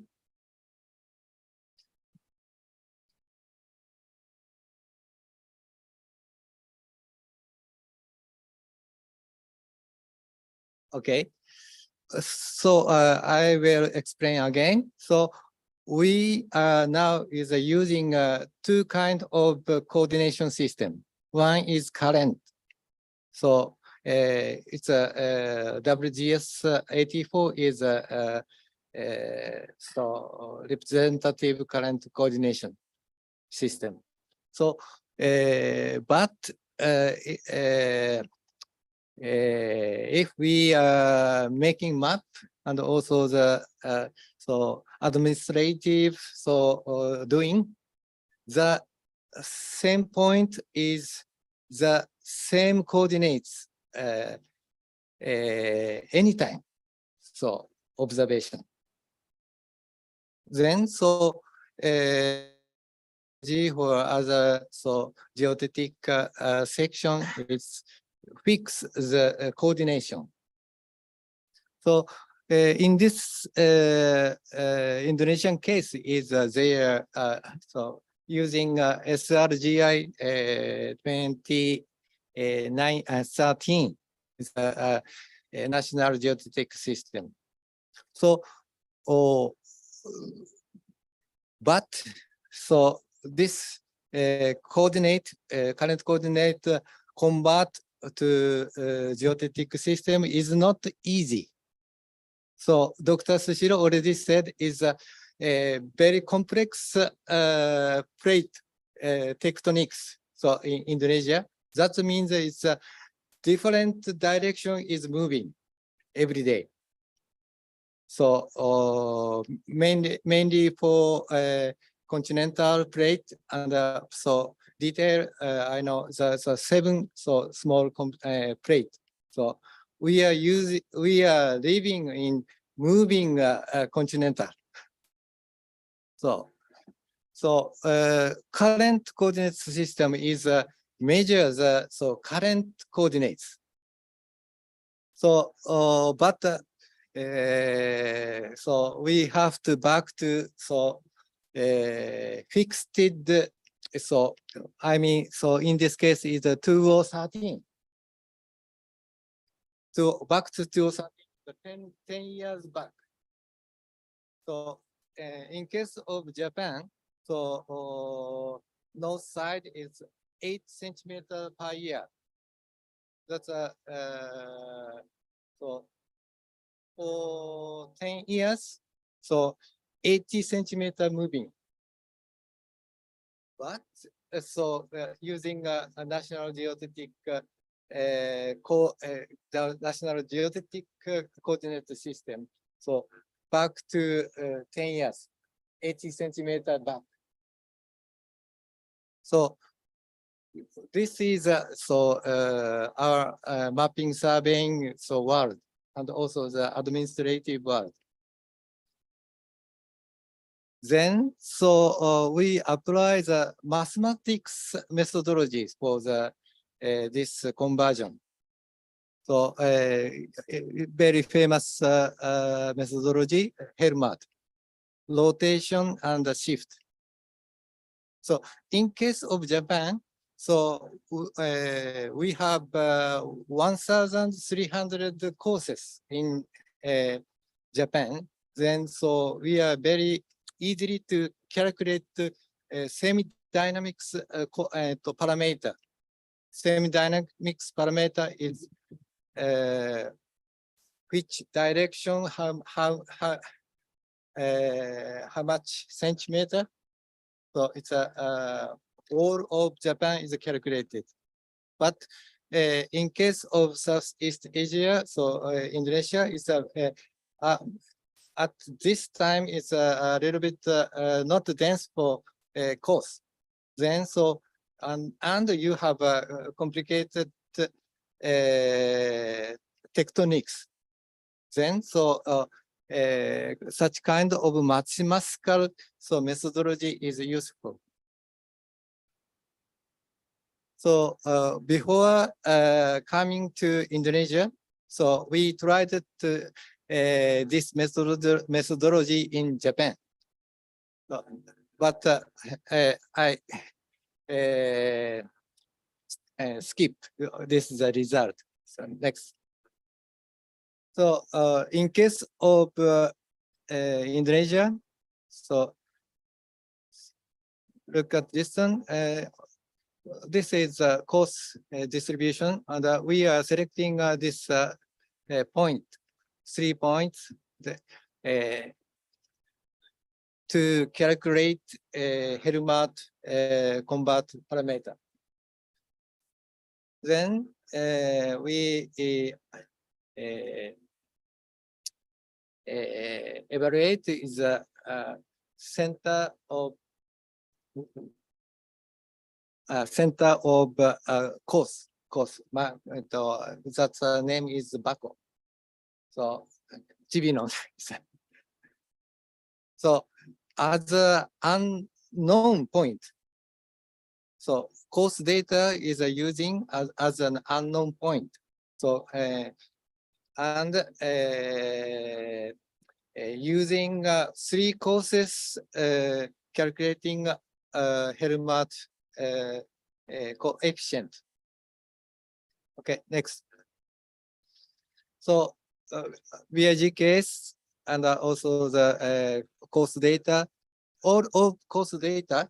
So post processing.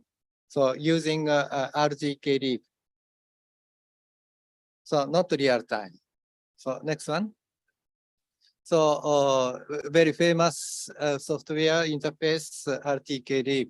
This is an open system, free. So that means free software and ordinary. So you are using antenna. So it's available to make a PPP. So next one. So this is one of the result. It's a right side is a Madoka PPP residual, so distance. But Helmut transportation for each point, each observation data is reducing to center. One by one is I mean the more accurate.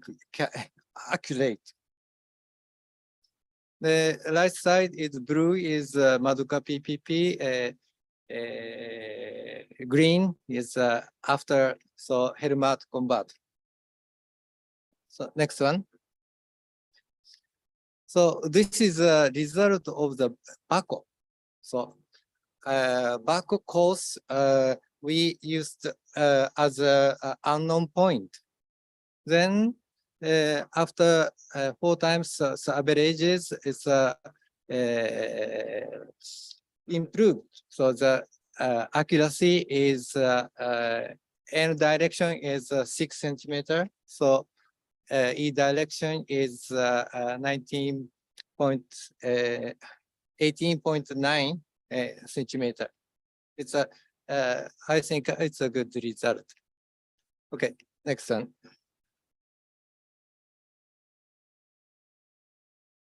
So also we are using ordinary GNSS. I remember it's a Sino GPS. So and measuring ground control point, and after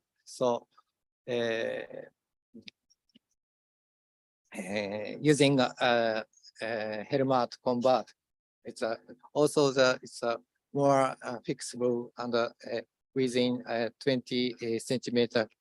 So everything. So Helmut conversion is not just adjusting for the geodetic coordinate system. So, but also it's a cancelling of the all of the satellite data. So positioning data error. So of course, including ionosphere. So okay, next one. So in this case is so I'm cannot describing the Madoka PPP single. So by it's MSJ, but MSJ so receiver is recorded accuracy. So within CE 19, within 25 centimeter. So average.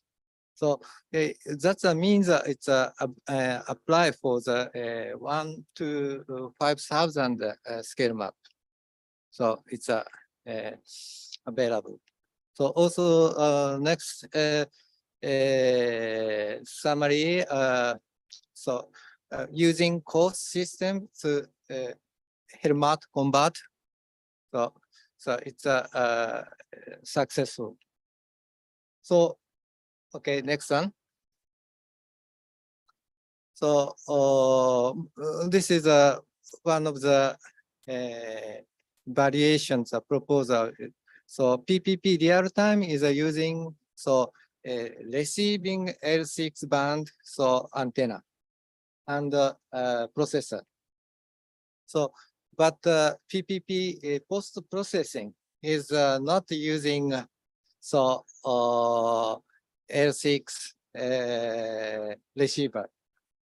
So then, it's a ordinary antenna is available. So also the to apply for mapping, surveying. So it's a Helmut conversion. It's useful. So before, Indonesian government supplies very accurate, same dynamics parameter for all country is easy more. So thank you very much.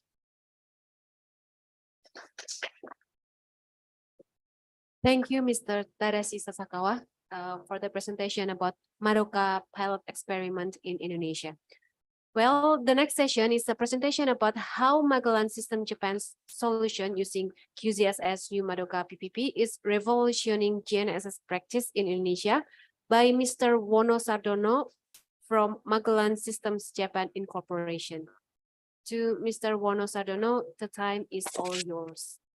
Okay, thank you so much. And good afternoon, everyone. On behalf of our CEO, Mr. Nobuhiro Kishimoto, allow me to present how Magellan Systems Japan solutions using the new Madoka PPP. I should add the new in here, right? Because they just changed the parameter. And then I think we are the first company who follow this one. And then we come out with the solution.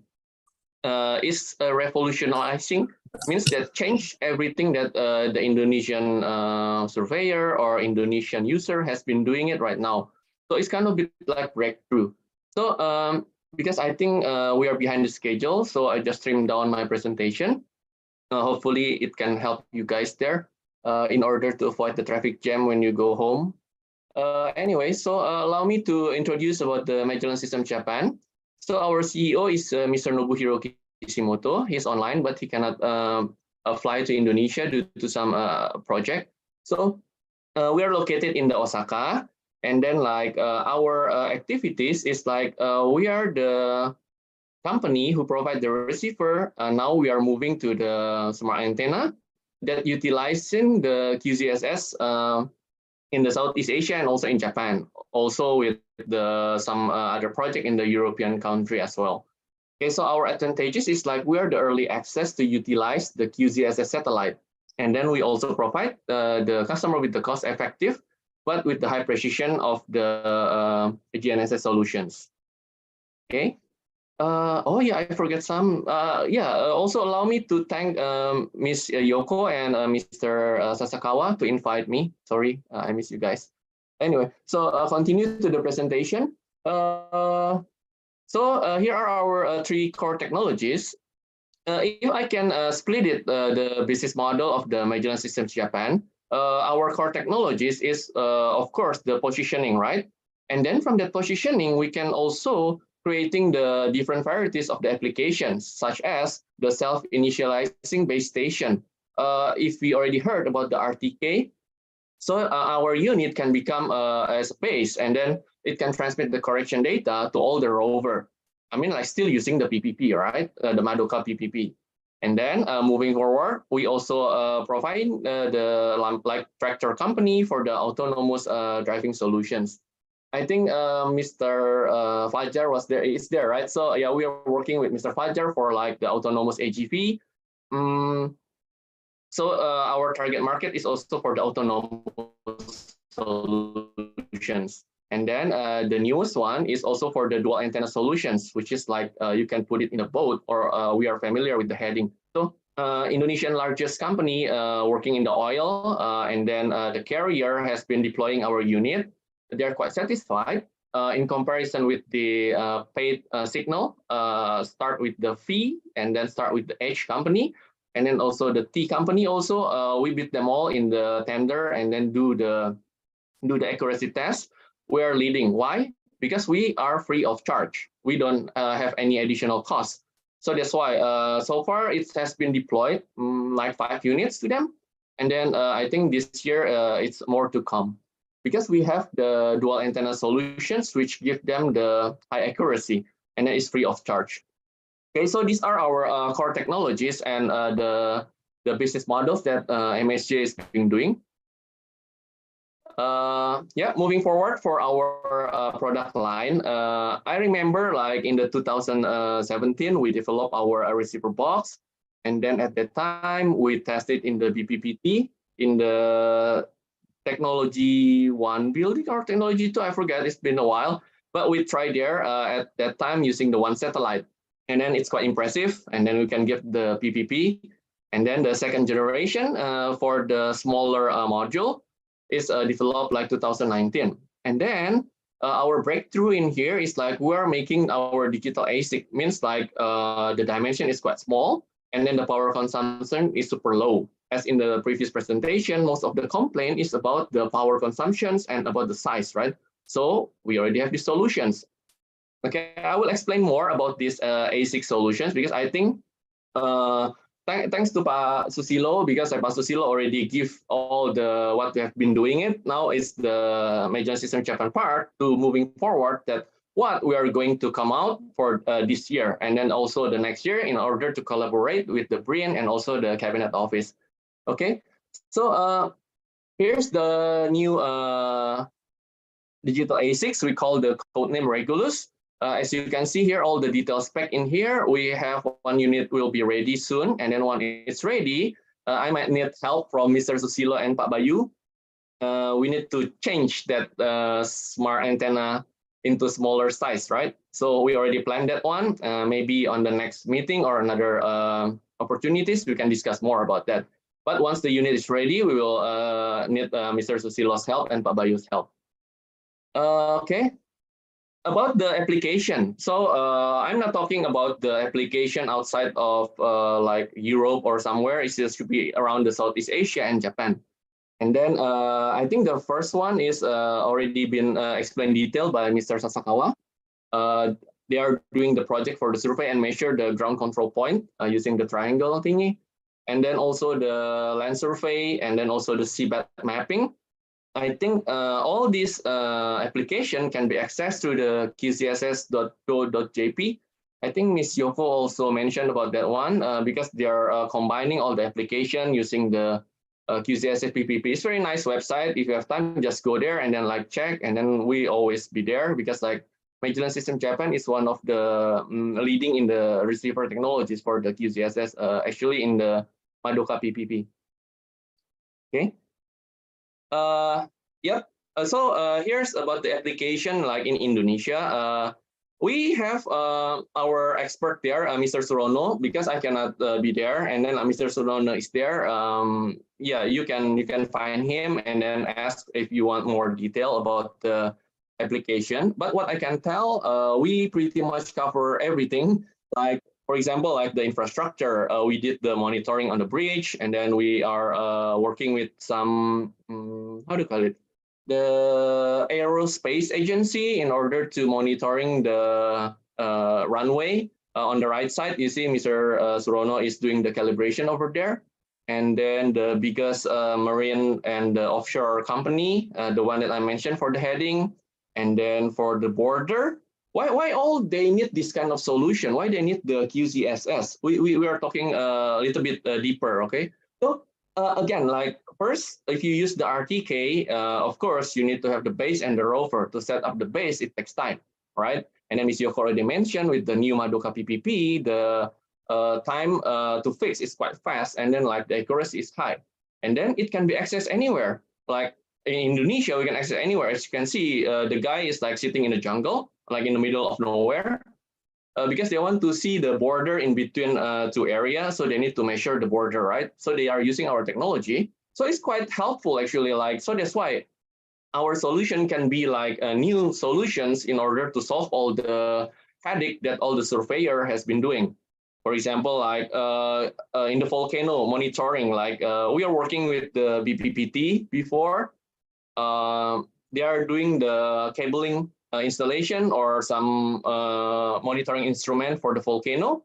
How come you get the internet connection on the volcanic area, right? You cannot. And then like if you use the RTK, it's quite dangerous because you need to put the base like days and then give the correction data to the rover. So that's why, I mean, like we are quite, how to say it, the frontier in this kind of like solution. Of course, thanks to the QZSS Satellite. And then what else here? I think, yeah. So it's all the application. And then talking about the research collaboration, not only with the BRIN, right? Of course, BRIN is our how to say, our primary research collaborator or something. Yeah. So we work with the Mr. Susilo. We are working with PRE, Riset Elektronika, Geospatial, and then we are just like a team, right? We built something, we did some research, and then we published the paper. Nonetheless, like we also work with the BIG, that's Mr. Arif. Actually, Mr. Arif is in the University of Nagoya right now. I think he's watched this presentation on the YouTube.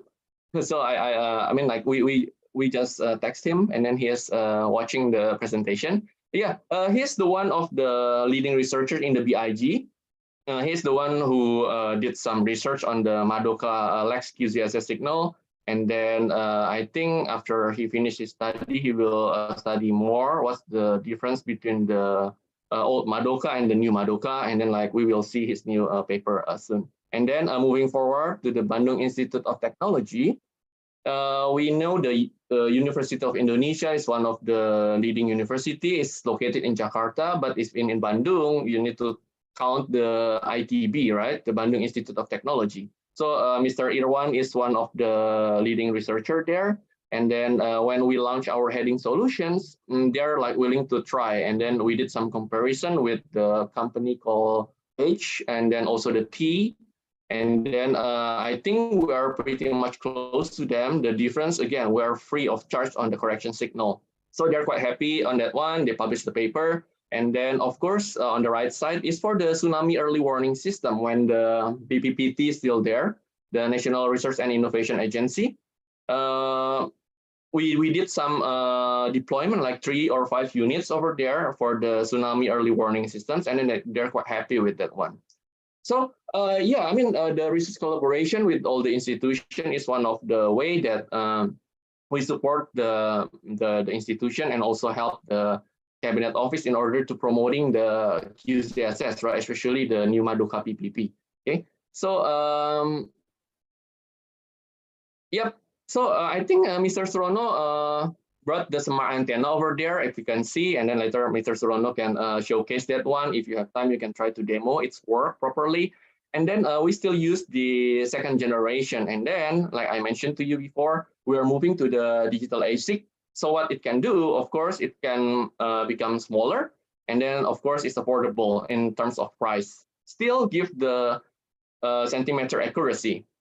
So please stay tuned. And then once we are ready, we will did the research with the BRIN, and then hopefully we can come out with the new smart antenna development. As far as I know that smart antenna using the real-time PPP, I think not available in the market right now. So I think we are really the front runner on this area, especially like when you're talking about the Indonesian land surveying. They always use the RTK, right? And then they always use some brand, like use the post-processing, that kind of things. But if we can pull this off, like we're really like the first one who did the real-time PPP using the new Madoka. Okay, so yep, okay, I'm on time, 10 minutes, good. So summary. So of course, like Magellan System Japan solution with new Madoka PPP will solve the user's problem. Again, like we already done a lot. Like I cannot show everything. Just go to the qzss.co.jp to see all the success case that we have done. And then again, we want to create a standard for survey or other application that are utilizing the new Madoka PPP. recently, like maybe if you're talking about the GPS, all the people know. When you're talking about the U-blocks, people know.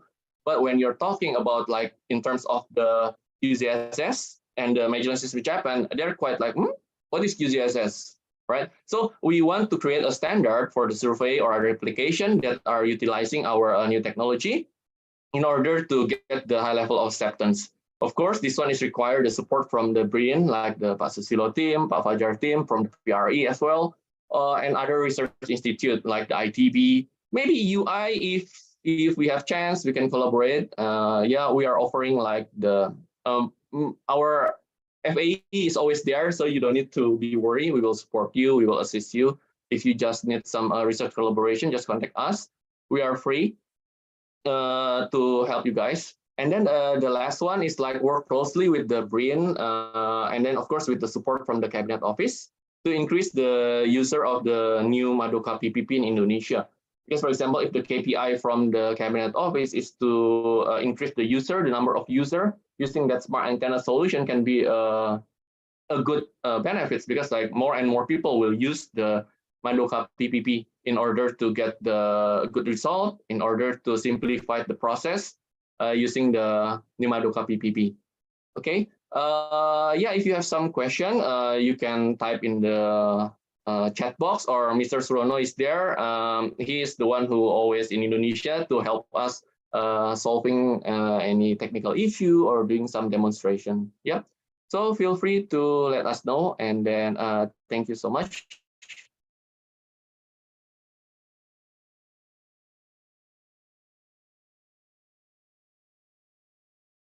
And the last presentation is about Madoka Receiver Coax 10 Plus and Madoka Drone Solution by Dr. Takahiro Yamamoto from Core Corporation. To Mr. Yamamoto, the time is all yours.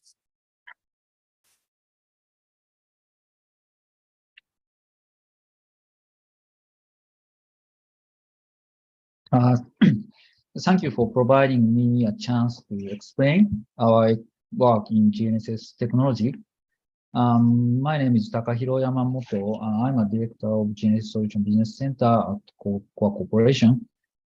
Today, I'd like to talk about Madoka Receiver Coax Infinity 10 Plus and Madoka Drone Solution.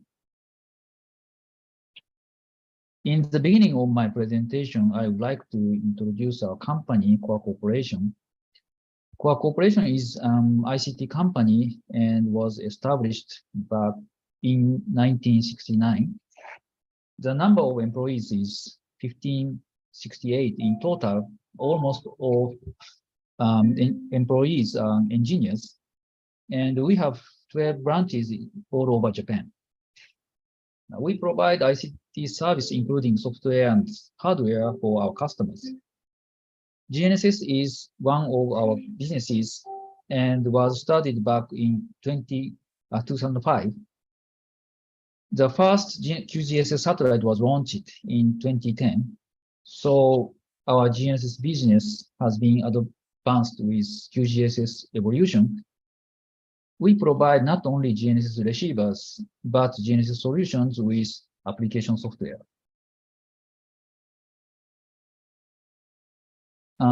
Here you can see the location map of our companies in Japan. We have 10 companies all over Japan, and the branches provide ICT service to our local customers. GNSS Solution Business Center is located in Kanagawa Prefecture near to Tokyo. Now, coming towards today's agenda, today the presentation time is limited, so I'm sorry, but I will skip several parts of the presentation. Firstly, I'll make the introduction of our QZSS receivers, Coax Infinity. Then I will describe our drone solution, Chronosky, using Coax Infinity receivers. Finally, I'll summarize my presentation. Coax Infinity is brand name of our receivers. Coax stands for Coax High Accuracy Positioning Solution, and Infinity describes quad-zenith orbit of QZSS featured. QZSS provides two types of centimeter level positioning services. These are described already, but our receiver Quark Infinity 10 is for CLAS, and Quark Infinity 10 Plus supports CLAS and Madoka. This figure shows QGIS schedule. The service started in 2018, and we Quark Corporation provided several receivers. When QGIS service started, the receiver size was large, and the weight was heavy, and the price was more than several million yen. But we released Quark Infinity 10 February 2022 with improvement in all these constraints. Since that, our business is growing as use of the QGIS services has been made easy for many applications. We released CLAS and RTK receiver Quark Infinity 10 in February 2022. It has several attractive features. First, the receiver is smaller, lighter, and cheaper than the past receivers. Second, you can get your position with 100 Hz. This feature is very useful for in high-speed mobiles like car and train. Third, our receiver supports Wi-Fi and Bluetooth. Therefore, you can connect your device with receiver very easily. Fourth, we provide smartphone applications for our receiver, Quark Infinity 10. The user interface is very friendly compared with the command interface on PC. Fifth, the receiver has micro SD card slot. Therefore, a user can log the positioning data without another device like PC. This is a demonstration of our Quark Infinity 10. We improve the receiver usability by developing the smartphone application. A user can change the setting of the receiver and view their position with the smartphone. That is why the user can hold it and measure the position easily. Now the user changes the output frequency to 1 Hz from the smartphone.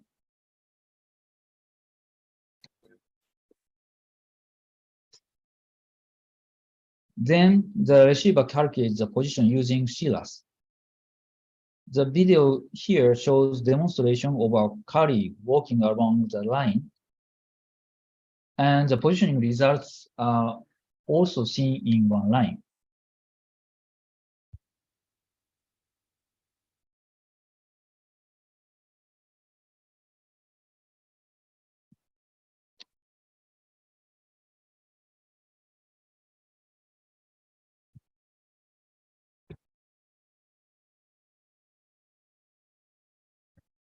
The next is Madoka receiver Quark Infinity 10 Plus. The signal specification of Madoka was changed in September 2022.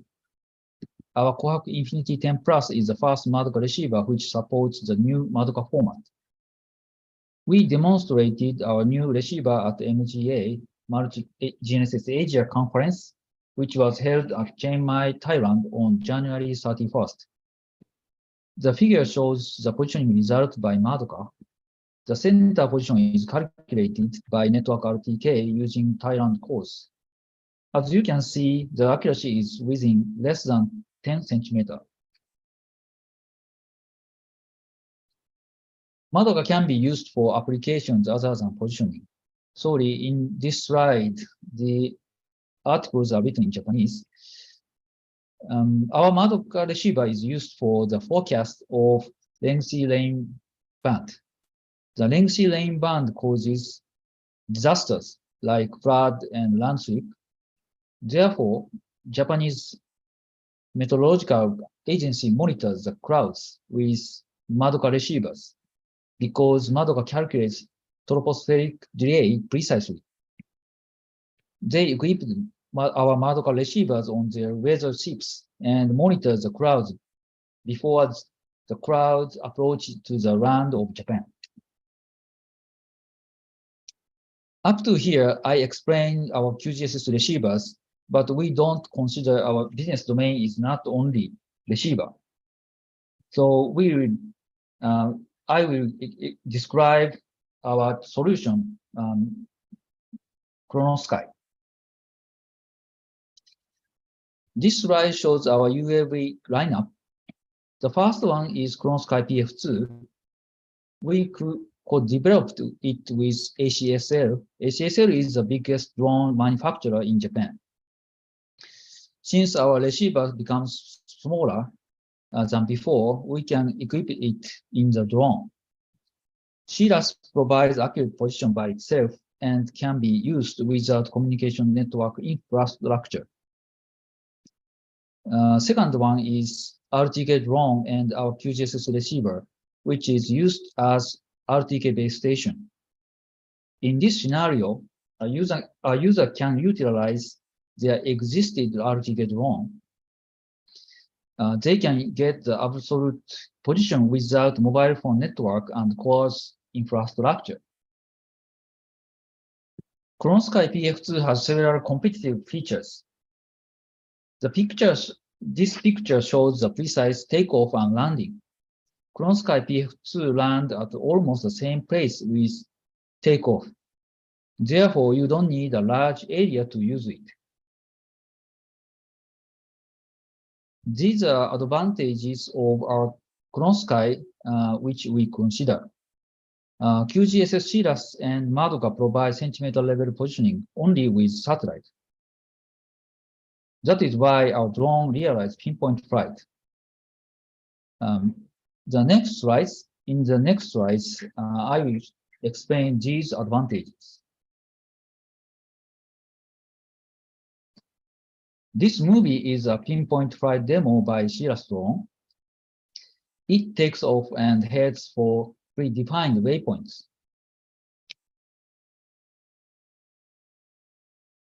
The marker is shown in the center of the movie. This indicates that the UAV realizes a highly precise position. Next is the drone for agriculture. This drone is developed by Toko Teko Company Limited. The drone equips our CIRAS receiver inside. The drone flies autonomously and scatters the agrochemicals precisely. The next feature is no GCP. To create precise 3D data, a lot of operations are required in preparation phase, measurement phase, and calculation phase. To get precise 3D composite image, a user needs to locate GCPs and get overlapping pictures with the precise GCP locations. By using QZSS drone, we can eliminate the procedures related to GCPs. As a result, our solution reduces the operation time of UAV survey. This is an example of our actual customer projects. Our customer planned to build a new bridge and wanted to monitor the status of their construction. Since QZSS drone doesn't require to locate and measure GCPs, they don't need to force users not to use the current road and can get the distance between the old bridge and new bridge without tough work. The movie shows 3D point cloud data of Japanese mining, which was gotten by QZSS drone. Of course, the closer a drone flies to the object, the more precise 3D data a user can acquire. If a field is too large, like mine, taking a picture from low altitudes makes the operating time too long. Centimeter level positioning enables to keep 3D image accurate by taking pictures from high altitude. The feature shortens the flight time and operators' working hours. Our customer uses QZSS drone for calculating the mining amount for a certain period. Even though the field size is so large, our customer gets the mining volume within the weekend. Therefore, they can avoid stopping the operation in weekdays. The last feature is network unrequired. Silas and Madoka calculate the precise position only with satellite. Therefore, 3D modeling can be used also in the out of range or mobile phone. This is an example of the sound control dam inspection. In Japan, 70% of land area is mountains. Therefore, a lot of the sound control dams are deep in the mountains to stop rivers and sediment.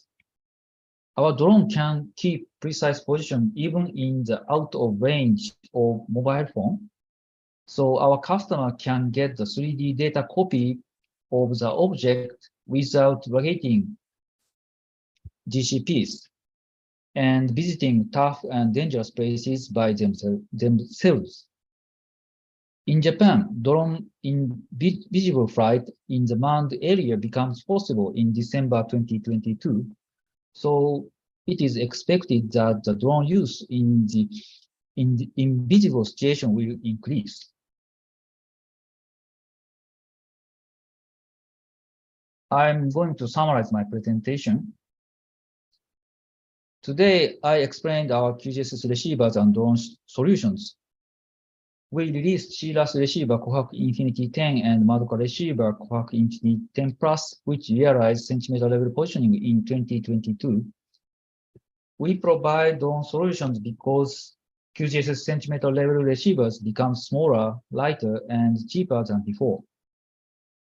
Taking advantage of QZSS Silas and Madoka, our drone solution is used in various kinds of fields. Here, I will finish my presentation. Thank you very much for your attention.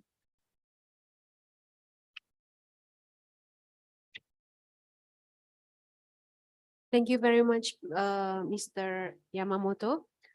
Our next session is a discussion session that will be led by Dr. Reza Septiawan and Dr. Pak Reza. Okay, it will be led by Pak Reza. Pak Reza, time is yours. Thank you, Bu Marcelina. Any further ado, we can start with the discussions.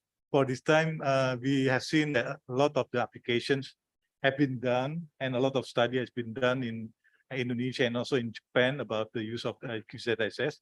So probably any questions about any future possible potential cooperation between us will be welcome. So in this Q&A, question and answer session, I will like to give an opportunity for like one question from the online participant and two questions from the participants in this room. So please, if you have any questions, you can write down for the online participants in the chat box, and for the offline presentation, just raise your hand, and then you can say your institution, your name, and the person that you are asking for. So please, we can start for the Q&A if there is any question from the audience in this room, or probably from online. Is there any already chat in the chat box? No, not yet. So if there is still no questions, maybe Pak Budi, yes, please, Pak Budi.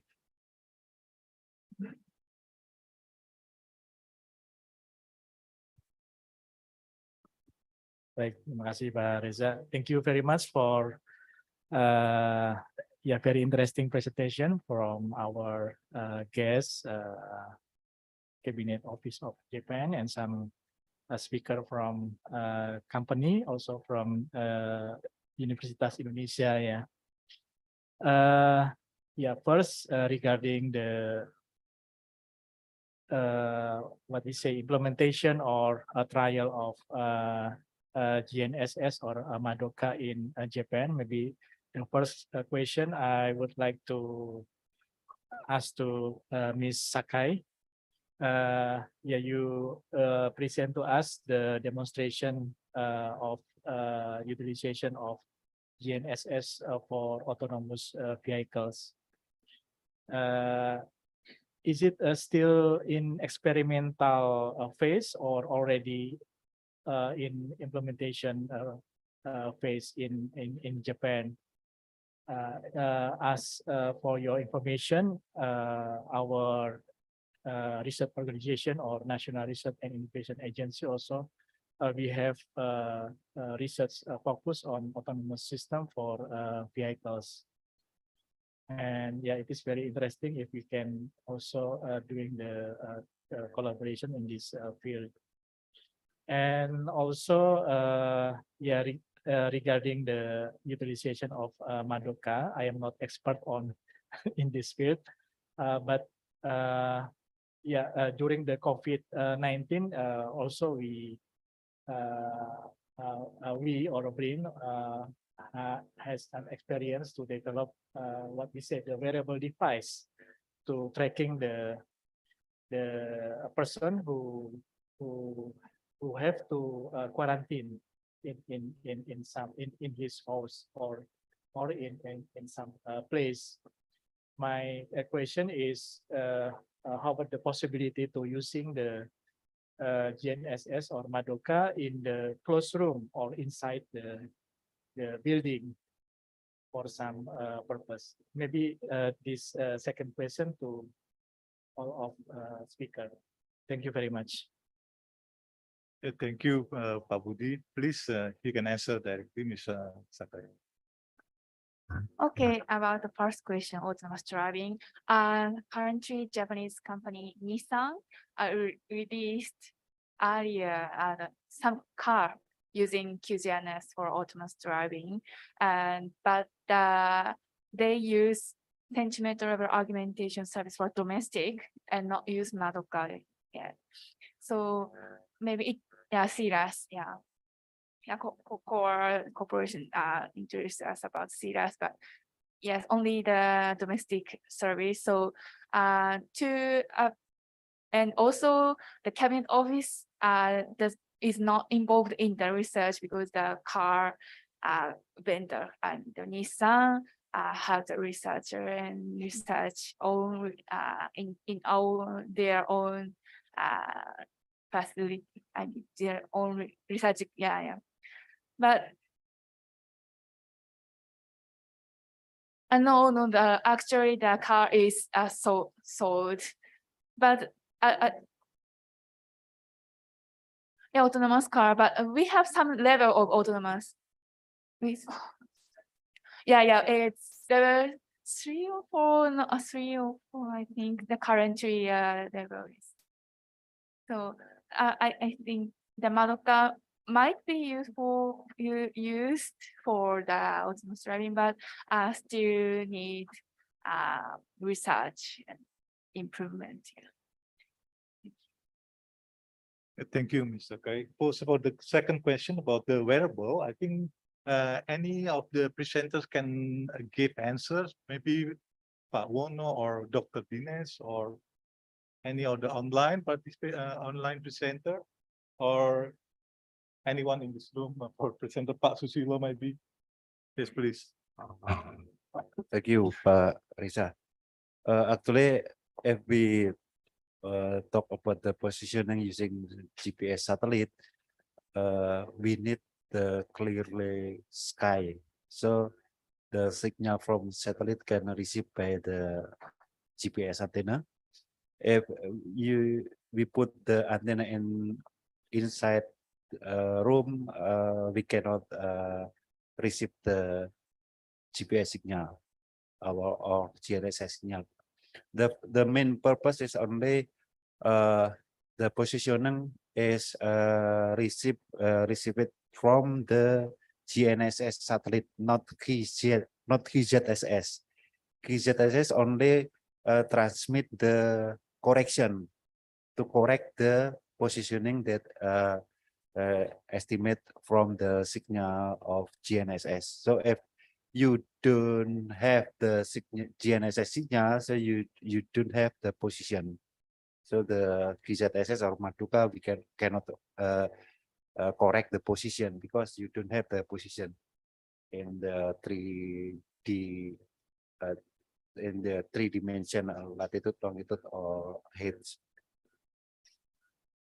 I think it's not. Thank you, Pak Susilo, for the answers for indoor navigation, I think, for the use of the GNSS and QZSS. So maybe any answer from Dr. Dinesh or Yeah, can I? This is Dinesh. Yeah, Dr. Dinesh, please. Okay. So yeah, of course, we can't use indoor inside the building. We can't use GNSS system. Maybe if there are many windows, it may be available with some level of accuracy. But if there are no windows or like that, if it is completely closed, it's not available. But basically, we say that indoor is not available. And for QGSS, so I just want to add my comment that QGSS also transmits navigation signal, but the QGSS alone may be not enough to give the position at the moment because only 4 satellites and all the 4 may not be visible. So GPS plus QGSS or some other satellites may be needed at the moment. But next year, when new satellites will be launched, so all together there will be 7 satellites, and out of 7 satellites, if we can see 4, technically position can be computed, but we don't know how good or how bad that will be. But technically, it's feasible, but we need to see. So let's see next year whether QGSS alone can give a positioning to some level, even if it is bad. In some cases, maybe it's better in some difficult environment. So it will actually help to improve the overall accuracy. Yeah. But for indoor, like for COVID people monitoring and all, maybe other technologies exist. And at the University of Tokyo in the lab, currently we are doing some ultra wideband UW based system. Now we are exploring on that, how it can be used. And that will be integrated with the GPS system as well to have a seamless navigation. So outdoor, we use a GPS, and when we go indoor, we use a UWB, Wi-Fi, Bluetooth, and other signals. Yeah, thank you. Yeah, Pak Reza, this is Wono. Just to interrupt a little bit, like allow me to share the screen. It's related to the question for the from the floor. Like now you guys can see my screen about this one. So we have been working with the Italian Vodafone in order to get like the centimeter accuracy for the indoor. So if you have time, I don't want to waste your guys' time. Just like to give the hint, like if you key in the Hyper 5G, so there is a project founded by the ESA, and then like they are using our receiver, and then the receiver has been mounted into the BTS, the phone transmitter stations. So it can broadcast all the correction data through the 5G. So maybe this is the new breakthrough as well, that maybe this year we can have that kind of solutions. And then maybe we can work with the Telkomsel or Indosat, right? So in their PTS, they can put our receiver, and then they will give the transmission correction data to the 5G. So that's the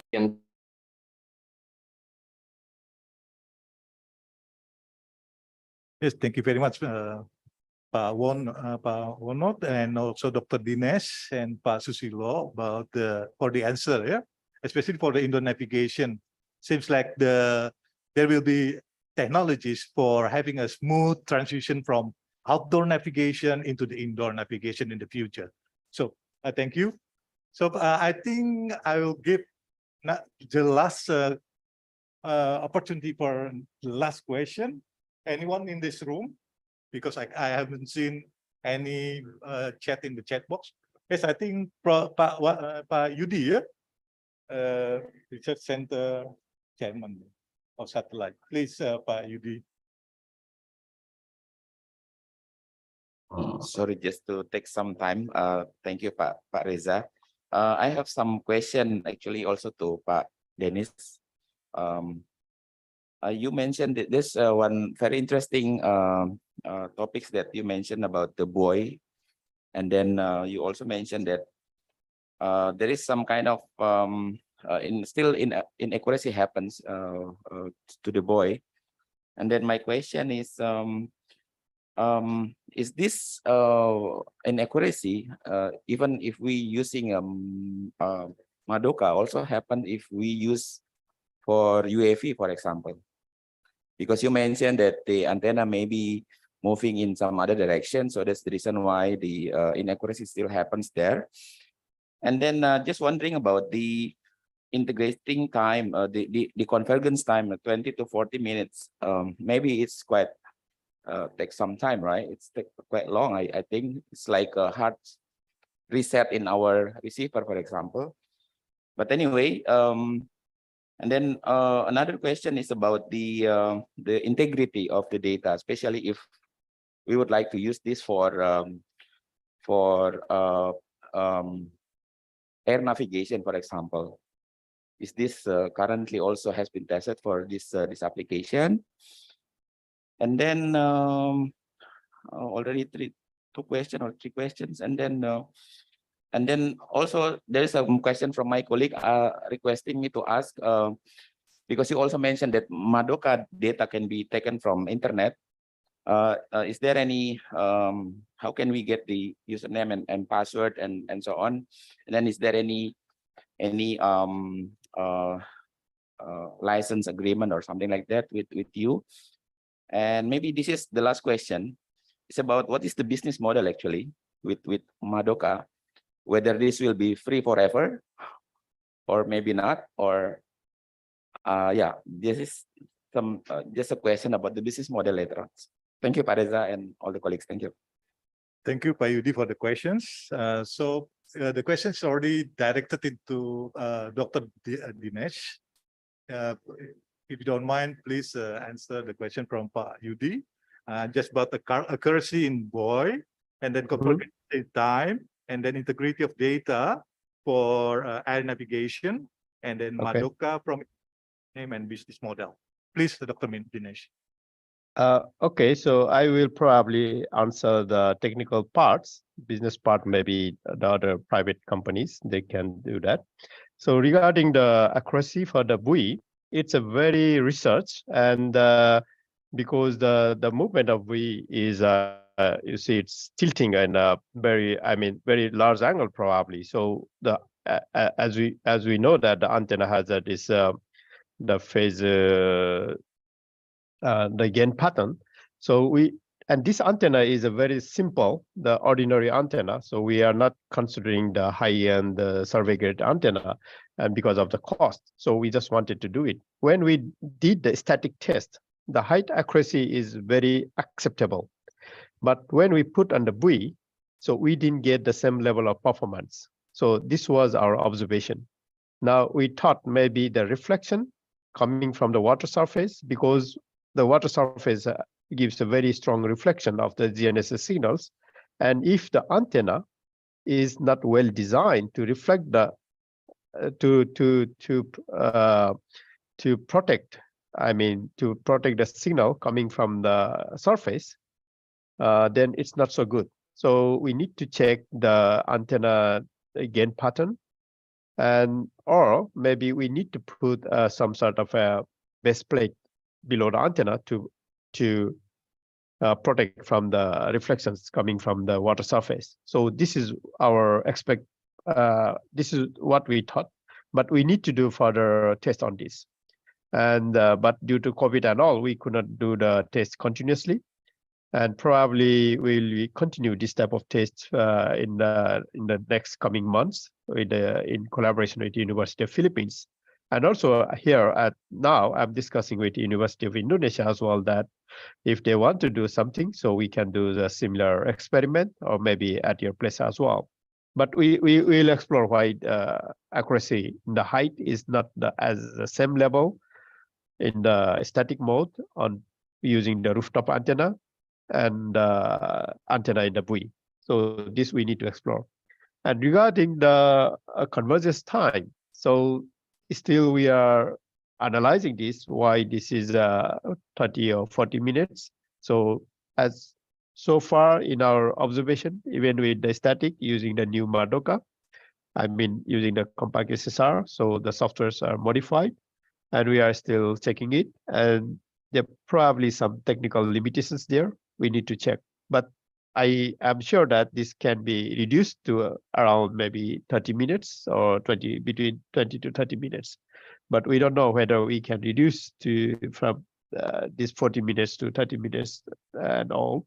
We need to do more analysis. So at the moment, I have no clear answer, except that I will explore. So this is the thing. But within the next 2 months, probably will come up. But if we really need to minimize even this convergence time to less than 30 minutes, then we need the local correction data. But that is a completely different issue. So let's not mix that issue at the moment, but we'll explore how this can be minimized. So even I myself, I'm not very convinced with this little bit high level of convergence time.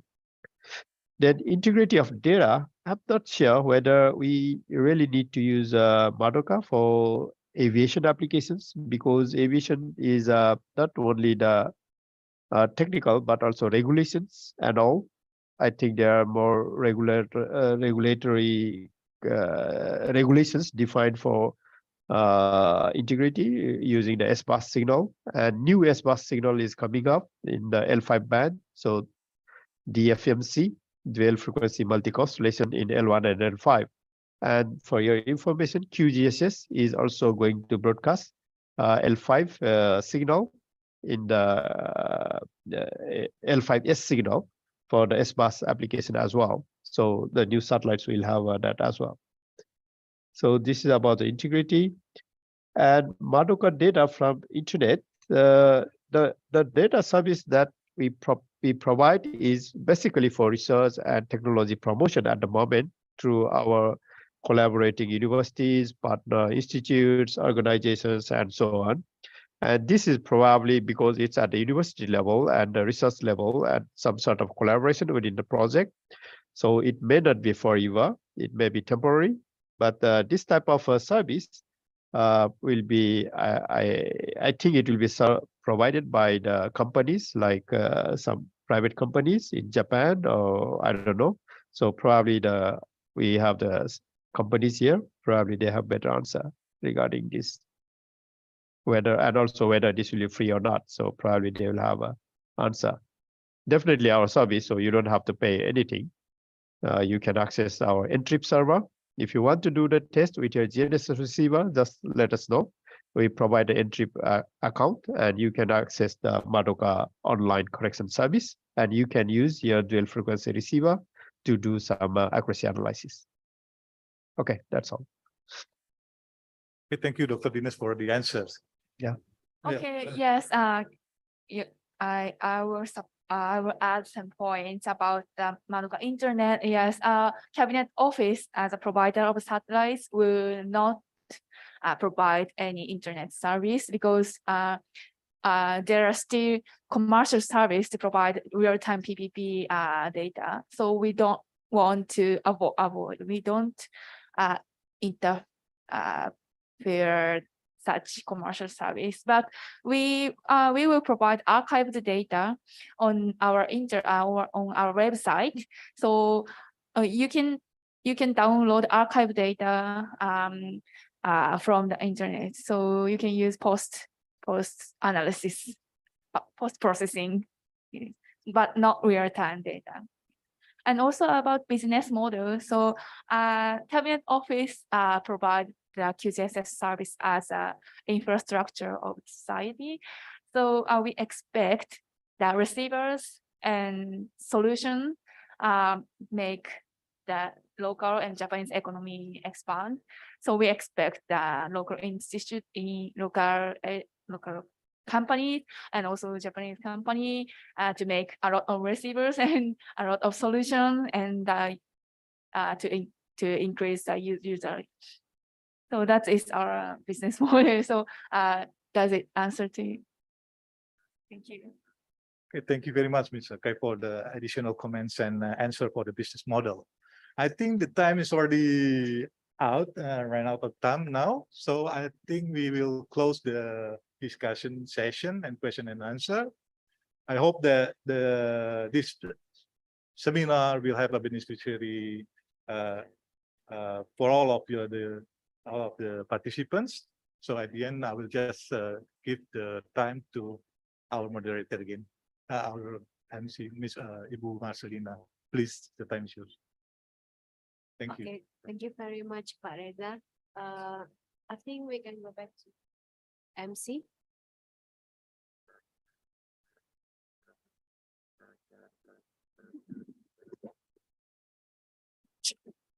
Okay, thank you so much, Ms. Marcelina and Dr. Reza, for moderator on this seminar today. And now, closing remark from the Chief of Electronic Research Center BRIN, Dr. Yusuf Nurwijayanto.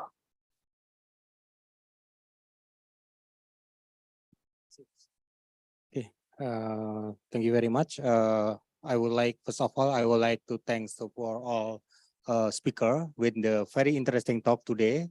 And also I would like to thank to all participants with interactive discussion and maybe have some good interaction in here. And hopefully this is just a note, and also I have the message from our chairman, Research Organization for Electronic and Informatics. This is very important. I think this seminar regarding the positioning system, and also hopefully we can realize our collaboration with the Cabinet Office as soon as possible. And also, if possible, we can make some wider collaboration with the university in Indonesia and also for our business partner. And with the, as we know, in BRIN, we have some funding program with the PEC, we named the PKR, Pusat Collaboration Riset. What is the in English? Sorry, Center for Research Collaboration. Actually, we had the fund, but we need maybe the Dr. Lim Yola can apply, and we will support you. Hopefully, we can create our collaboration wider with our partner in Japan, also in our industry also. Okay, maybe the last. Thank you so much for everyone, and hopefully we can meet in the next meeting. I don't know when, maybe in the last year, we can conclude our this project. And also for our friend from Japan, save your flight, and we can meet later. Okay, with say Alhamdulillah, I will close this session. Assalamualaikum warahmatullahi wabarakatuh. Thank you very much for the Dr. Yusuf. Okay, ladies and gentlemen, now the end of our agenda. Thank you so much for your participation. See you the next event. Arigatou gozaimasu. Be Berlian Irawan. See you. Wassalamualaikum warahmatullahi wabarakatuh. I'm sorry for the speaker. Please take the picture once more. I'm sorry. Take the picture from the release. Yes, in there. To all speaker in this room, take the picture in there from the photographer. And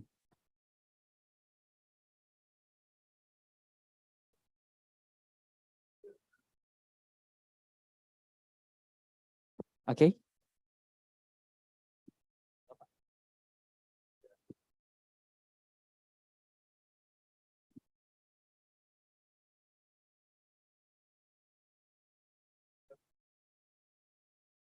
So the chief of Dr. Budi.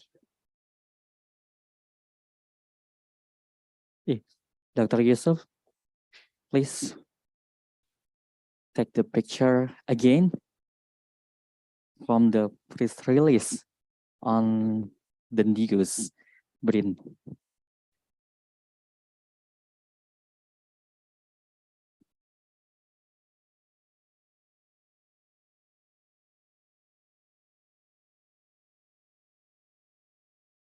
Please give the smile to take the picture.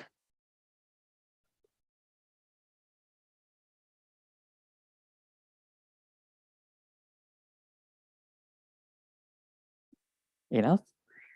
Thank you so much for all speaker and this seminar today.